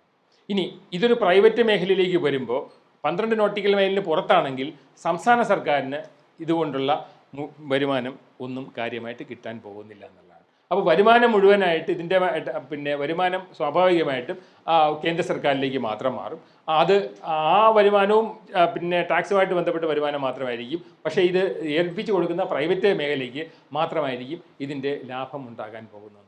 അപ്പോൾ മണൽ മാത്രമായിരിക്കില്ല അവരുടെ ലക്ഷ്യം, മണലിനോടൊപ്പം വരുന്ന ധാതു ലവണങ്ങളും ഉണ്ടാകും എന്നുള്ളൊരു കാര്യം കൂടി നമ്മൾ ഓർക്കണം. അപ്പോൾ ഇതിൻ്റെ ഒരു എക്കണോമിക്സ്, ഇതിൻ്റെ ഒരു സാമ്പത്തിക വശം കൃത്യമായിട്ട് വിലയിരുത്തപ്പെടണം എന്നുള്ളത് ഇതുമായിട്ട് ബന്ധപ്പെടുത്തി ചോദിക്കേണ്ടതാണ്. രണ്ടാമത്, ഈ ഒരു വർഷം ഖനനം ചെയ്ത് കഴിഞ്ഞാൽ, ഒരു മേഖലയിൽ ഖനനം ചെയ്ത് കഴിഞ്ഞാൽ അത് പിന്നീട് പുനഃസ്ഥാപിച്ച് വരാനായിട്ട് നൂറുകണക്കിന് വർഷങ്ങൾ എടുത്തേക്കാം എന്നുള്ളതാണ്. അപ്പോൾ ആ കാലഘട്ടത്തിലൊക്കെ തന്നെ ഉണ്ടാകാൻ ഇടയുള്ള ജൈവവൈവിധ്യ നാശത്തിൻ്റെ കണക്കും കൂടി ഇതിനകത്തേക്ക് ചേർത്താൽ മാത്രമേ നമുക്ക് കൃത്യമായിട്ടുള്ളൊരു കണക്കെടുപ്പ്, ഇതിൻ്റെ ഒരു ലാഭനഷ്ട കണക്കെടുപ്പ് ശരിയായി വരും എന്നുള്ള കാര്യം കൂടി നമ്മൾ ഓർക്കണം. ഇനി നമ്മൾ അധികം ചർച്ച ചെയ്യാത്ത ഒരു വിഷയം എന്ന് പറയുന്നത്, നിങ്ങൾ ഒരു 10,000 ടണ്ണ് മണൽ ഒരു മേഖലയിൽ നിന്ന് ശേഖരിച്ചു നോക്കൂ. ഇത് കരയിൽ കൊണ്ടുവരണം. ആദ്യത്തെ ക്ലീനിങ് എന്ന് പറയുന്നത് നടക്കുന്നത് കടലിലാണ്. ആ കടലിൽ കഴിഞ്ഞ് കഴിഞ്ഞാൽ ഈ ഉപ്പുള്ള മണൽ തീരപ്രദേശത്തേക്ക് കൊണ്ടുവരണം. തീരപ്രദേശത്ത് കൊണ്ടുവന്നു കഴിഞ്ഞാൽ ആദ്യം ചെയ്യേണ്ടത്, ഉപ്പുള്ള മണലിനെ ഒരിക്കലും കൺസ്ട്രക്ഷന് വേണ്ടിയിട്ട്, നിർമ്മാണ ആവശ്യങ്ങൾക്ക് വേണ്ടി ഉപയോഗിക്കാൻ പറ്റില്ല. ഇത് കഴുകി വൃത്തിയാക്കണം. കഴുകി വൃത്തിയാക്കണമെങ്കിൽ ഉപ്പ് കളയണം എന്നുള്ളതാണ്. ഉപ്പ് കളയണമെങ്കിൽ അവർ പറയുന്നത് വളരെ കുറച്ച് ഫ്രഷ് വാട്ടർ മതി എന്നുള്ളതാണ് ആ പഠന റിപ്പോർട്ടിൽ പറയുന്നത്. ഇത് വളരെയധികം ശുദ്ധജലത്തിൻ്റെ ആവശ്യമുണ്ട്. ഈ ശുദ്ധജല സ്രോതസ് എവിടുന്നാണ്? ഈ ടണ്ണ് കണക്കിന് മണലിനെ കഴുകാൻ, കരയിൽ കൊണ്ടുവന്ന് കഴുകാനുള്ള ശുദ്ധജലത്തിൻ്റെ സ്രോതസ് എന്താണ്? അതുമായിട്ട് ബന്ധപ്പെട്ട സാമ്പത്തിക വശങ്ങൾ എന്തൊക്കെയാണ്? ഈ കാര്യവും കൂടി ഇതിനകത്ത് നമുക്ക് തീർച്ചയായിട്ടും ചർച്ച ചെയ്യപ്പെടണമെന്നുള്ളതാണ്. തീർച്ചയായിട്ടും ഇത്തരത്തിലുള്ളൊരു ഖനന പ്രക്രിയ മത്സ്യത്തൊഴിലാളികളുടെ വരുമാനത്തെ കാര്യമായിട്ട് ബാധിക്കുമെന്ന് മാത്രമല്ല, നിലവിൽ തന്നെ ഈ മത്സ്യത്തിൻ്റെ സുസ്ഥിരത എന്ന് പറയുന്നത് പലപ്പോഴും പല മത്സ്യങ്ങളുടെ കാര്യത്തിൽ ഇല്ലാതായിട്ടുണ്ടെന്നുള്ളതാണ്. അങ്ങനെ വരുമ്പോൾ തീർച്ചയായിട്ടും ഈ വിഭവത്തിൻ്റെ സുസ്ഥിരതയെ കാര്യമായിട്ട് ബാധിക്കും, വിഭവങ്ങളുടെ ലഭ്യതയെ കാര്യമായിട്ട് ബാധിക്കും എന്നുള്ള കാര്യത്തിനകത്ത് അവിതർക്കമായ വസ്തുതയാണ്. ഒരുപക്ഷെ ഇത് വളരെ ആഴക്കടലിലായിരുന്നുവെങ്കിൽ ഈ പ്രശ്നങ്ങൾ നേരിട്ട് ഇമ്മീഡിയറ്റ് ആയിട്ട് ഒരുപക്ഷെ തീരപ്രദേശം വരില്ലായിരുന്നു. പക്ഷേ ഇപ്പോൾ പ്രപ്പോസ് ചെയ്തിരിക്കുന്ന എല്ലാ ഖനന മേഖലയിലും 70 മീറ്ററിന് ഉള്ളിലാണ്. ഇതെല്ലാം പരമ്പരാഗതമായിട്ട് മത്സ്യത്തൊഴിലാളികൾ മത്സ്യം പിടിക്കാനായിട്ട് ഉപയോഗിക്കുന്ന ഒരു മേഖലയാണ്. ഇനി നമ്മൾ ചർച്ച ചെയ്യാത്ത വേറൊരു വിഷയം കൂടിയുണ്ട്. അത് കേരളം പോലെയൊരു ചെറിയ സംസ്ഥാനത്തിൽ കടലും കരയും തമ്മിലൊരു ബന്ധമാണ്. അത് വലിയൊരു ചർച്ച ചെയ്യേണ്ട ഒരു വിഷയമാണ്. കാരണം കേരളത്തിൽ തീരപ്രദേശം നിൽക്കണമെങ്കിൽ തന്നെ, അത് നിങ്ങൾക്ക് ആലപ്പാട്ടിൻ്റെ എല്ലാം കഥ അറിയാം, ഈ തീരപ്രദേശത്തിൻ്റെ ആരോഗ്യം, നിലനിൽപ്പ്, ഇതൊക്കെ തന്നെ ബന്ധപ്പെട്ടിരിക്കുന്നത് കടലിൽ നിന്ന് എത്ര മണൽ അവിടെ വരുന്നു എന്നുള്ളതാണ്. അത് വാരി മാറ്റുമ്പോൾ സ്വാഭാവികമായിട്ടും നമുക്ക് ഈ തീരപ്രദേശങ്ങളിൽ സുസ്ഥിരത ഇല്ലാതാകും എന്നുള്ളതാണ്. രണ്ടാമത് ഈ മണലെടുക്കുന്നതോടുകൂടി ഉപ്പുവെള്ളത്തിൻ്റെ കടന്നുകയറ്റം കായലുകളിലേക്കും നദികളിലേക്കും ഉണ്ടാകാനുള്ള സാധ്യത കൂടുതലാണ്. അതുമാത്രമല്ല, മണലെടുത്ത് മാറ്റുമ്പോൾ സ്വാഭാവികമായിട്ടും ഈ ഉപ്പുവെള്ളം ചുറ്റുമുള്ള തീരപ്രദേശങ്ങളിലെ കിണറിനുള്ളിലേക്ക് ഇറങ്ങാനുള്ള സാധ്യതയും കൂടുതലാണെന്നുള്ളതാണ്. അപ്പോൾ സലിനൈസേഷൻ എന്ന് പറയുന്നത് തീരപ്രദേശങ്ങളിലെ ഫ്രഷ് വാട്ടർ സോഴ്സസിൽ നടക്കാനുള്ള സാധ്യതയും കൂടി നമ്മൾ മനസ്സിലാക്കണം എന്നുള്ളതാണ്. രണ്ടാമത് നമ്മൾ പല ജീവജാലങ്ങളും കടലിൽ അങ്ങോട്ടും ഇങ്ങോട്ടും യാത്ര ചെയ്യുന്നവയാണ്. അപ്പോൾ അങ്ങനെയുള്ള മൈഗ്രേഷനാണ് പലപ്പോഴും, അതുകൊണ്ടാണ് പലപ്പോഴും മത്സ്യത്തൊഴിലാളികൾക്ക് ചില സീസണിൽ ഈ മത്സ്യങ്ങൾ കിട്ടാനുള്ള കാരണം. അതിനെയും ബാധിക്കും എന്നുള്ളൊരു കാര്യം മനസ്സിലാക്കണം. പിന്നെയുള്ളത് കടലിലെ ജലപ്രവാഹങ്ങൾക്കുള്ളൊരു കണ്ടിന്യൂറ്റി, അതിനെ ഇതെങ്ങനെ ബാധിക്കും എന്നുള്ളതിനെ പറ്റിയിട്ട് കൃത്യമായിട്ട് നമ്മൾ മനസ്സിലാക്കണം എന്നുള്ളതാണ്. അപ്പോൾ വേറൊരു പല മേഖലകളിലും, പ്രത്യേകിച്ചും വിദേശ രാജ്യങ്ങളിൽ നടത്തിയിട്ടുള്ള ഇത്തരം പഠനങ്ങൾ കാണിക്കുന്ന വേറൊരു കാര്യം കൂടിയുണ്ട്. കൊല്ലം ജില്ലയിലെ തീരക്കടലിനെ പറ്റിയിട്ട്, പാറപ്പാരുകളെ പറ്റി, അവിടെ ജൈവവൈവിധ്യത്തെ പറ്റി ഞങ്ങളിപ്പോൾ ഡോക്യുമെൻ്റ് ചെയ്ത് തുടങ്ങിയിട്ടേ ഉള്ളൂ. തുടങ്ങിയപ്പോൾ തന്നെ നമുക്ക് മനസ്സിലാകുന്നത്, ഇതുവരെ ഈ പ്രദേശങ്ങളിൽ കാണാത്ത, കേരളത്തിൽ കാണാത്ത, ഇന്ത്യയിൽ തന്നെ കാണാത്ത പല ജീവജാലങ്ങളും ഈ പ്രദേശങ്ങളിൽ ഉണ്ട് എന്നുള്ളതാണ്. അപ്പോൾ പല ജീവജാലങ്ങളെയും തിരിച്ചറിയുന്നതിന് മുമ്പ് തന്നെ ഇതെല്ലാം നഷ്ടപ്പെട്ടു പോകാനുള്ള ഒരു സാധ്യതയുണ്ട്. വലിയൊരു പൈതൃകമായിരിക്കും, ഒരു പാരിസ്ഥിതിക പൈതൃകമായിരിക്കും ഇതുമായിട്ട് ബന്ധപ്പെട്ട് ഇല്ലാതാകുന്നത് എന്നുള്ളതാണ്. ഇതിവിടെ മാത്രം നടത്തിയ പഠനങ്ങളല്ല, മറ്റു രാജ്യങ്ങളിൽ നടത്തിയിട്ടുള്ള പഠനങ്ങളും ആഴക്കടൽ ഖനനവുമായിട്ട് ബന്ധപ്പെടുത്തി നടത്തിയിട്ടുള്ള പഠനങ്ങളെല്ലാം ഈ കാര്യങ്ങൾ വെളിവാക്കുന്നുണ്ട്. കാരണം കടലിൻ്റെ ആഴങ്ങളിൽ എന്തുണ്ട് എന്നുള്ളതിനെ പറ്റിയിട്ട് ഒരു ധാരണയില്ല. അത് ധാരണയില്ലാതെയാണ് നമ്മൾ ഈ പ്രപ്പോസൽസ് എല്ലാം വരുന്നത് എന്നുള്ളതാണ്. പിന്നെ ഉള്ളത്, ഇപ്പോൾ നടത്താൻ ഉദ്ദേശിക്കുന്നത് ഈ നിർദ്ദിഷ്ട ഖനനം എന്ന് പറയുന്നത് തീരക്കടൽ ഖനനമാണ്.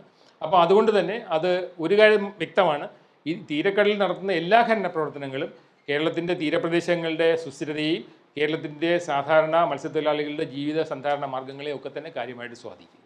അപ്പോൾ ചർച്ചകളിലേക്ക് വരുമ്പോൾ സ്വാഭാവികമായിട്ടും ഇവിടെ ഒന്നിനെയും ബാധിക്കില്ല. കാരണം ഇവിടെ ആകൂടെ ഉള്ളത് കുറച്ച് മത്സ്യങ്ങളാണ്. ഈ മത്സ്യങ്ങൾ മറ്റ് മേഖലകളിലും കാണുന്നു എന്നുള്ള വാദത്തിലേക്കാണ് വരുന്നത്. അപ്പോൾ ഈ വാദത്തിന് മറുവാദമായിട്ട് നമുക്ക് ചെയ്യാൻ പറ്റുക എന്ന് പറയുന്നത്, എല്ലാ പ്രദേശങ്ങളിലും ജൈവവൈവിധ്യത്തെ പറ്റിയിട്ട്, അതിനുണ്ടാക്കാൻ പോകുന്ന ഈ പ്രശ്നങ്ങളെ പറ്റിയിട്ടും ധാരണ ഇല്ലെങ്കിൽ തീർച്ചയായിട്ടും മുൻകരുതലുകൾ സമീപനം ഉണ്ടാക്കുക എന്നുള്ളതാണ്. അങ്ങനെയാണ് ഈ അന്തർദേശീയ തലത്തിൽ ഒരു കൂട്ടം ശാസ്ത്രജ്ഞർ, മറൈൻ ബയോളജിസ്റ്റുകൾ ഈ ആഴക്കടൽ ഖനനം എന്ന് പറയുന്നത് നിർത്തിവെക്കണമെന്ന് ആവശ്യപ്പെട്ടാനുള്ള പ്രധാനപ്പെട്ട കാരണം, ഒന്ന്, ആഴക്കടൽ മണലെടുക്കുമ്പോൾ മണലിൻ്റെ പാരിസ്ഥിതിക ധർമ്മങ്ങൾ, അവിടെ കാണുന്ന ജീവജാലങ്ങൾ, അത് എടുക്കുമ്പോൾ ഉണ്ടാകാൻ പോകുന്ന പാരിസ്ഥിതിക പ്രശ്നങ്ങൾ, അതിൻ്റെ ഒരു ലോങ് ടേം ഇമ്പാക്റ്റ്, ഇതിനെപ്പറ്റി ഒരു ധാരണ വരുത്തിയതിന് ശേഷം വേണം ഇത്തരം ഖനനങ്ങൾക്ക് അനുമതി നൽകാൻ എന്നുള്ളതാണ് അവരുടെ പ്രധാനപ്പെട്ട ആവശ്യം. അങ്ങനെ ഒരു ആവശ്യം ഉന്നയിച്ചിട്ട് ഏതാണ്ട് ഒരു 850-ലധികം മറൈൻ ബയോളജിസ്റ്റുകൾ ലോകത്തൊരു മെമ്മോറാണ്ടം ഞാനടക്കം ഒപ്പുവെച്ചിട്ടുണ്ട്. അങ്ങനെയുള്ള ഒരു അവർ പറയുന്നൊരു പ്രധാനപ്പെട്ട കാരണം എന്ന് പറയുന്നത് ഈ പാരിസ്ഥിതിക പ്രശ്നങ്ങളെ പറ്റിയിട്ട് ധാരണ ഇല്ല എങ്കിൽ ഒരു മുൻകരുതൽ എന്ന രീതിയിൽ മൈനിങ് എല്ലാം നിർത്തിവെക്കണം എന്നുള്ളതാണ്. വിശദമായ പഠനങ്ങൾക്ക് ശേഷം, അത്തരത്തിലുള്ള താരതമ്യ പഠനങ്ങൾക്ക് ശേഷം മാത്രമാണ് ഇത്തരം ഖനനത്തിലേക്ക് നമ്മൾ വരാൻ എന്നുള്ളതാണ്. അങ്ങനെ വരുമ്പോൾ, കാരണം നമുക്ക് ഒരുപാട് പഠനങ്ങൾ ലഭ്യമാണ്, പ്രത്യേകിച്ച് കഴിഞ്ഞൊരു 10 വർഷങ്ങളിൽ കടൽ മണൽ ഖനനം തുടങ്ങിയതിന് ശേഷമുള്ള ഒരുപാട് ശാസ്ത്രീയ പഠനങ്ങളുണ്ട്. നമീബിയയിൽ എത്രയും പഠനങ്ങളുണ്ട് ഈ ആഴക്കടലിൽ നടത്തിയിട്ടുള്ളത്, ഇന്തോനേഷ്യയിൽ എത്രയും പഠനങ്ങളുണ്ട്. അങ്ങനെയുള്ള പല സ്ഥലങ്ങളിലും നടത്തിയിട്ടുള്ള പഠനങ്ങളൊക്കെ നമ്മളോട് പറയുന്നത് ഈ മണൽ ഖനനം എന്ന് പറയുന്നത് കടലിൻ്റെ വിഭവ ലഭ്യതയും തീരശോഷണവും ഭീകരമായിട്ട് വർദ്ധിപ്പിച്ചിട്ടുണ്ട് എന്നുള്ളതാണ്. അപ്പോൾ ഇത്തരം പഠനങ്ങളുടെ അടിസ്ഥാനത്തിലാണ് നമ്മൾ ചിന്തിക്കേണ്ടത്. ഇതൊരു ഓപ്ഷൻ അല്ല. ഈ തീരക്കടൽ ഖനനം എന്ന് പറയുന്നത് സുസ്ഥിരമായ ഒരു മണൽ ലഭ്യതയ്ക്കുള്ള ഒരു ഓപ്ഷൻ അല്ല, ഒരു സാധ്യത അല്ല എന്നുള്ളതാണ് ഇത്തരം പഠനങ്ങളെല്ലാം കണക്കാക്കുന്നത്, നമ്മളോട് പറയുന്നത്. അപ്പോൾ അങ്ങനെയുള്ള ഒരു, പിന്നെ രണ്ടാമത്, നമുക്ക് തീരദേശങ്ങളിൽ പുഴയിൽ മണലെടുക്കുന്നതിന് കൃത്യമായ നിയമങ്ങളുണ്ട്. കടലിൽ മണലെടുക്കുന്നതിന് ഇപ്പോഴും നമ്മൾ കൃത്യമായിട്ടുള്ള നിയമം ഉണ്ടാക്കിയിട്ടില്ല. അതിൻ്റെ അതിൻ്റെ രീതികളെ പറ്റിയിട്ടുള്ള ഒരു ധാരണയില്ല. അപ്പോൾ ഇതെല്ലാം ഉണ്ടാക്കിയിട്ട് വേണം ഇത്തരം കാര്യങ്ങളിലേക്ക് ഇറങ്ങിച്ചെല്ലാൻ എന്നുള്ളതാണ് വേറൊരു വാദം എന്ന് പറയുന്നത്. കൃത്യമായിട്ടുള്ളൊരു മാനേജ്മെൻറ്റ് പ്രോട്ടോക്കോൾ, അതിൻ്റെ ഇമ്പാക്റ്റിനെ പഠിക്കാനുള്ള ഒരു കൃത്യമായ ഒരു പ്രോട്ടോക്കോൾ, അത് നമ്മുടെ രാജ്യത്ത് പ്രത്യേകിച്ചും ഏറ്റവും അധികം മത്സ്യത്തൊഴിലാളികൾ മത്സ്യബന്ധനം നടത്തുന്ന ഒരു മേഖലയിലാണ് ഇത് ചെയ്യുന്നത് എന്നുള്ളത് കൊണ്ട് തന്നെ കൃത്യമായിട്ടുള്ള വിലയിരുത്തൽ കൊണ്ട് മാത്രമേ നമുക്കിത് സാധിക്കൂ എന്നുള്ളതാണ്. ഒരു കാര്യം കൂടി മനസ്സിലാക്കണം, ഈ ഇമ്പാക്റ്റ് സ്റ്റഡീസ് എല്ലാം വന്നിരിക്കുന്നത് ജൈവവൈവിധ്യം ഏറ്റവും കുറഞ്ഞ മേഖലകളിലാണ്, തണുപ്പ് ജലമുള്ള പ്രദേശങ്ങളിലാണെന്നും കൂടി ഓർക്കണം. അവർ ഇത്രയധികം ജൈവസമ്പന്നതയുള്ള മേഖലകളിൽ, ഇത്രയധികം മീൻ പിടിക്കുന്ന മേഖലകളിലല്ല ഇത്തരം പഠനങ്ങൾ നടത്തിയിട്ടുള്ളതാണ്. അതിൻ്റെ അർത്ഥം ഈ അത്തരത്തിലുള്ള പഠനങ്ങൾ ഇവിടെ നടത്തിയാൽ തീർച്ചയായിട്ടും ഇതിൻ്റെ ഇമ്പാക്റ്റ് ഇതിൻ്റെ ഇരട്ടിയായിരിക്കും എന്നുള്ളൊരു കാര്യം കൂടി നമ്മൾ ഓർക്കണം എന്നുള്ളതാണ്. അതുകൊണ്ട് തന്നെ ഒരുപാട് പഠന റിപ്പോർട്ടുകളുണ്ട്. ഏറ്റവും പ്രധാനപ്പെട്ട ഒരു റിപ്പോർട്ടായിട്ട് കാണേണ്ടത് WWFൻ്റെ ഈ ഡീപ് സീ മൈനിങ് ഉണ്ടാക്കാൻ പോകുന്ന പാരിസ്ഥിതിക പ്രശ്നങ്ങളെ പറ്റിയിട്ടുള്ള ഒരു വളരെ ഡീറ്റെയിൽഡ് ആയിട്ട് റിപ്പോർട്ടാണ്. രണ്ടാമത്, ഐക്യരാഷ്ട്ര സംഘടനയുടെ പരിസ്ഥിതി പരിപാടി എന്നൊരു പദ്ധതിയുണ്ട്, UNEP, United Nations environment programme. അവർ കഴിഞ്ഞ വർഷം പുറത്തിറക്കിയിട്ടുള്ള സാൻഡ് റിപ്പോർട്ടുണ്ട്, ഈ സാൻഡ് സസ്റ്റൈനബിലിറ്റിയെ പറ്റിയുള്ള റിപ്പോർട്ടുണ്ട്. ഈ റിപ്പോർട്ടിൽ 10 പ്രധാനപ്പെട്ട നിർദ്ദേശങ്ങളാണ് അവർ ഈ സർക്കാരുകൾക്ക് മുന്നിൽ വെക്കുന്നത്. അതിൽ ഒന്ന്, ഈ ആദ്യം പറയുന്ന കാര്യം, മണൽ എന്ന് പറയുന്നത് ഏറ്റവും ദുർലഭമായ ഒരു വിഭവമാണെന്ന് തിരിച്ചറിയണം എന്നുള്ളതാണ്. അപ്പോൾ അങ്ങനെയാണ് പറയുന്നത്. എന്നിട്ട് പല സ്ഥലങ്ങളിലും ഈ മണൽ ഖനനം നടക്കുന്നതിനകത്ത് കൃത്യമായിട്ടുള്ള ഒരു മാനേജ്മെൻറ്റ് പ്രോട്ടോക്കോളും ഇല്ല, പ്രത്യേകിച്ച് ഒരു രീതിയോ നിയമമോ ഒന്നും പാലിക്കാതെയാണ് ഈ മൈനിങ് നടത്തുന്നതിലാണ്. അപ്പോൾ അതിനൊരു പ്രോട്ടോക്കോൾ ഉണ്ടാക്കണമെന്നും ഇതിനൊരു നിരീക്ഷണ സംവിധാനം ഉണ്ടാക്കണമെന്നും ഈ വിവരങ്ങൾ ലഭ്യമല്ലാത്ത സ്ഥലങ്ങളിൽ കൃത്യമായ വിവരശേഖരണത്തിന് മാത്രമേ ഈ ഖനനം നടത്താവൂ എന്നുമൊക്കെ UNEPയുടെ ഈ റിപ്പോർട്ട് പറയുന്നുണ്ടെന്നുള്ളതാണ്. അതുമാത്രമല്ല, ഓരോ സ്ഥലങ്ങളിലും സാൻഡ് ഓഡിറ്റ് നടത്തുന്ന ആ തത്സമയം ലഭ്യമാക്കുന്ന ഒരു വെബ്സൈറ്റും അവർ തുടങ്ങിയിട്ടുണ്ട്.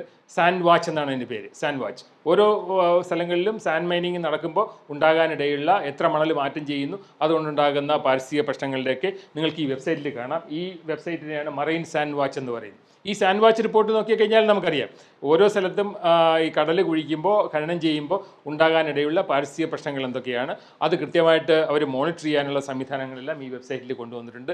ഇന്ത്യ അതിനകത്ത് പാർട്ടല്ല എന്നുള്ളതാണ്. അപ്പോൾ നമ്മൾ സ്വാഭാവികമായിട്ടും ഇത്തരം സംവിധാനങ്ങൾ ലോകത്തിന് നിലനിൽക്കുന്നത് ഈ സുസ്ഥിരത എന്ന് പറയുന്ന ആശയം മുന്നോട്ട് വച്ചിട്ടാണ് എന്നുള്ളതാണ്. അപ്പോൾ ഇത് എല്ലാം നമ്മളോട് പറയുന്ന ചില കാര്യങ്ങൾ നമുക്കുണ്ട്. ഒന്ന്, ഈ സാൻഡ് ഗവർണൻസ് റിപ്പോർട്ട് അനുസരിച്ചിട്ട് അന്താരാഷ്ട്ര തലത്തിൽ നടത്തിയിട്ടുള്ള പ്രധാനപ്പെട്ട ഐക്യരാഷ്ട്ര സംഘടനയുടെ കീഴിലുള്ള സംഘടനകൾ ഉൾപ്പെടെ നടത്തിയിട്ടുള്ള പഠനങ്ങൾ നമ്മളോട് പറയുന്നത് ഈ കടൽ മണൽ ഖനനം എന്ന് പറയുന്നത് ജൈവസമ്പത്തിനും തീരത്തിൻ്റെ സുരക്ഷയ്ക്കും മത്സ്യത്തൊഴിലാളികളുടെ ജീവിതത്തിനും മത്സ്യലഭ്യതയ്ക്കും ഒക്കെ തന്നെ ഒരു ഭീഷണിയാണ് എന്നുള്ളതാണ്.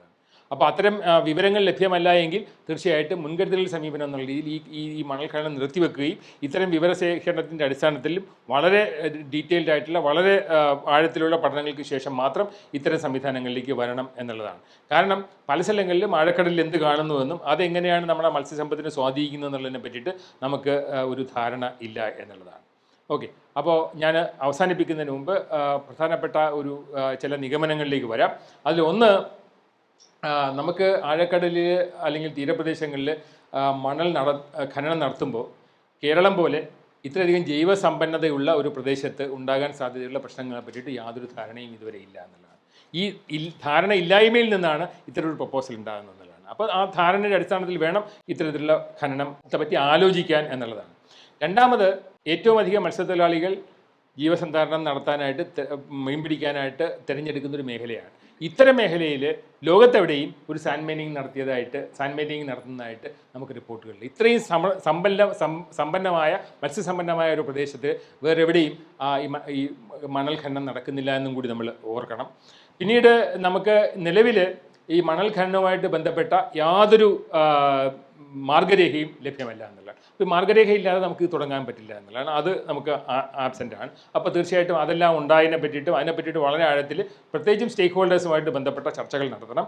പിന്നെ നമുക്കിതിനൊരു സാമ്പത്തിക വശത്തെ പറ്റി കൃത്യമായിട്ട് അറിയില്ല. ഇത്തരത്തിലുള്ള ആഴക്കടലിൽ ഖനനം നടത്തുമ്പോൾ അതിനുണ്ടാകുന്ന ചെലവ്, അതിനുണ്ടാകുന്ന ലാഭം ആർക്കാണ് പോകുന്നത്, സർക്കാരിന് എത്ര വരുമാനം കിട്ടും, ഇത് ഏൽപ്പിച്ചു കൊടുക്കുന്ന പ്രൈവറ്റ് കമ്പനിക്ക് മാത്രമാണോ ലാഭം, ഇങ്ങനെയാണ് കണക്കുകൾ മുഴുവൻ വരുന്നത്. അടുത്ത കാലത്ത് കണക്കുകൾ മുഴുവൻ വരുന്നത് ഈ നഷ്ടപ്പെടുന്ന മത്സ്യസമ്പത്തിനെ പറ്റിയിട്ടുള്ള കണക്കുകളെ പറ്റി ആരും സർക്കാരുകൾ ആശങ്കപ്പെടാറില്ല. അവർ ആശങ്കപ്പെടുന്നത് അവരുടെ പ്രധാനപ്പെട്ട ഒരു പ്രൊജക്ഷൻ എന്ന് പറയുന്നത് ഇത് വിറ്റ് കിട്ടുന്ന ലാഭം മാത്രമാണ്. അത് മാത്രമാണ് ഈ വരുമാനവും ചെലവും തമ്മിലുള്ള കണക്കുകളിൽ എപ്പോഴും പ്രൊജക്റ്റ് ചെയ്ത് കാണിക്കപ്പെടുന്നത് എന്നുള്ളതാണ്. അത് നമ്മൾ തീർച്ചയായിട്ടും മാറ്റി ചിന്തിക്കേണ്ടതുള്ളൂ എന്നുള്ളതാണ്. അപ്പോൾ തീർച്ചയായിട്ടും നമുക്ക് കേരളത്തിൻ്റെ മേഖലയിൽ, സമുദ്ര മേഖലയിൽ നടക്കുന്ന ഏതൊരു ഖനന പ്രവർത്തനയും വളരെ വളരെ ആഴത്തിൽ പഠിക്കുകയും അത്തരത്തിലുള്ള വിവരങ്ങൾ ലഭ്യമല്ലാത്ത സ്ഥിതിക്ക് ഈ പ്രവർത്തനങ്ങളൊക്കെ തന്നെ നിർത്തിവെക്കുകയും ചെയ്യുക എന്നുള്ളതാണ് അടിയന്തരമായിട്ട് നമുക്ക് ആവശ്യപ്പെടാനുള്ള ഏറ്റവും പ്രധാനപ്പെട്ട കാര്യം. ഒപ്പം നമുക്ക് ഏറ്റവും പലപ്പോഴും ഇത്തരത്തിലുള്ള പ്രൊജക്റ്റുകളെല്ലാം സാങ്ഷൻ ചെയ്യപ്പെടാനുള്ള പ്രധാനപ്പെട്ട കാരണം എന്ന് പറയുന്നത് ഈ അടിസ്ഥാന വിവരശേഖരങ്ങളുടെ അഭാവമാണ്. അപ്പോൾ അത്തരം വിവരശേഖരങ്ങൾ ഉണ്ടാക്കാനായിട്ട് എല്ലാ സംഘടനകളും, ഇതുമായിട്ട് ബന്ധപ്പെട്ട സംഘടനകളൊക്കെ തന്നെയും തയ്യാറാകുകയും അത്തരം വിവരങ്ങളൊക്കെ തന്നെയും ഇതിനുള്ള സപ്പോർട്ടിംഗ് ഡോക്യുമെൻ്റായിട്ട് മാറുകയും ഇത് സാധാരണ ജനങ്ങളെല്ലാം ചർച്ച ചെയ്യുകയും പൊതുവായ ഒരു ചർച്ചാ വിഷയമാകുകയും ചെയ്യുമ്പോൾ സ്വാഭാവികമായിട്ടും ഈ ഗവേഷണ സ്ഥാപനങ്ങളും സർക്കാരും ഇതിനെപ്പറ്റി കൂടുതൽ ആഴത്തിൽ പഠിക്കാൻ തയ്യാറാകുമെന്നുള്ളതാണ്. അങ്ങനെയുള്ളൊരു പഠനത്തിൻ്റെ അടിസ്ഥാനത്തിൽ മാത്രമാകണം തുടർന്നുള്ള പ്രവർത്തനങ്ങൾ എന്നുള്ളതാണ് നമുക്ക് വാദിക്കാൻ കഴിയുന്ന ഏറ്റവും പ്രധാനപ്പെട്ട കാര്യം. Thank you. ഒരു വലിയ ഏറ്റവും രസകരമായിട്ട് എനിക്ക് തോന്നിയ പ്രസ്താവന വന്നത്, ഏറ്റവും നന്നായിട്ട് ഈ കടലിനെ പറ്റി ഡോക്യുമെൻ്ററി എടുക്കുന്ന ഡേവിഡ് ആറ്റൻബറോയുടെയാണ്. ആഴക്കടലെന്ന് പറയുന്നത് ലോകത്തെ ഏറ്റവും അസഹനീയമായ ഒരു പരിസ്ഥിതിയാണ്. ഈ അസഹനീയമായ പരിസ്ഥിതിയിലാണ് ലോകത്തെ ഏറ്റവും വലിയ ജൈവസമ്പത്ത് നമുക്ക് അറിഞ്ഞുകൂടാത്ത നിലനിൽക്കുന്നത് എന്നുള്ളതാണ്. അപ്പോൾ നമ്മൾ ഇന്നുവരെ കാണാത്ത, നമ്മൾ ഇതുവരെ തിരിച്ചറിയാത്ത ഒരു ജൈവവൈവിധ്യത്തെ പറ്റിയിട്ട്, അറിയാത്ത ഒരു ജൈവവൈവിധ്യത്തെ പറ്റിയുള്ള ഒരു അന്വേഷണത്തിലാണ് നമ്മൾ ഇപ്പോഴും. അപ്പോൾ അങ്ങനെ ഇതുവരെ കണ്ടെത്താത്ത ജീവജാലങ്ങളെ പറ്റിയിട്ട് ചിന്തിക്കുന്ന അവസരത്തിലാണ് നമ്മളതിനെ എങ്ങനെ നശിപ്പിക്കാമെന്നുള്ളതിനെ പറ്റി ചിന്തിക്കുന്നത് എന്നുള്ളതാണ്. അപ്പോൾ തീർച്ചയായിട്ടും അത്തരത്തിലുള്ളൊരു ചിന്ത അറിവില്ലായ്മയിൽ നിന്നാണ് ഈ ഇത്തരത്തിലുള്ള നശീകരണം തുടങ്ങുന്നത് എന്നുള്ളതാണ്. അപ്പോൾ നമുക്ക് കൂടുതൽ അറിവുണ്ടാക്കാനുള്ള ശ്രമങ്ങളാണ് തീർച്ചയായിട്ടും ഇതിനു മുമ്പ് കേരളത്തിൽ നമ്മൾ നടത്തേണ്ടത് എന്ന് പറഞ്ഞ് ഞാൻ നിർത്തുന്നു.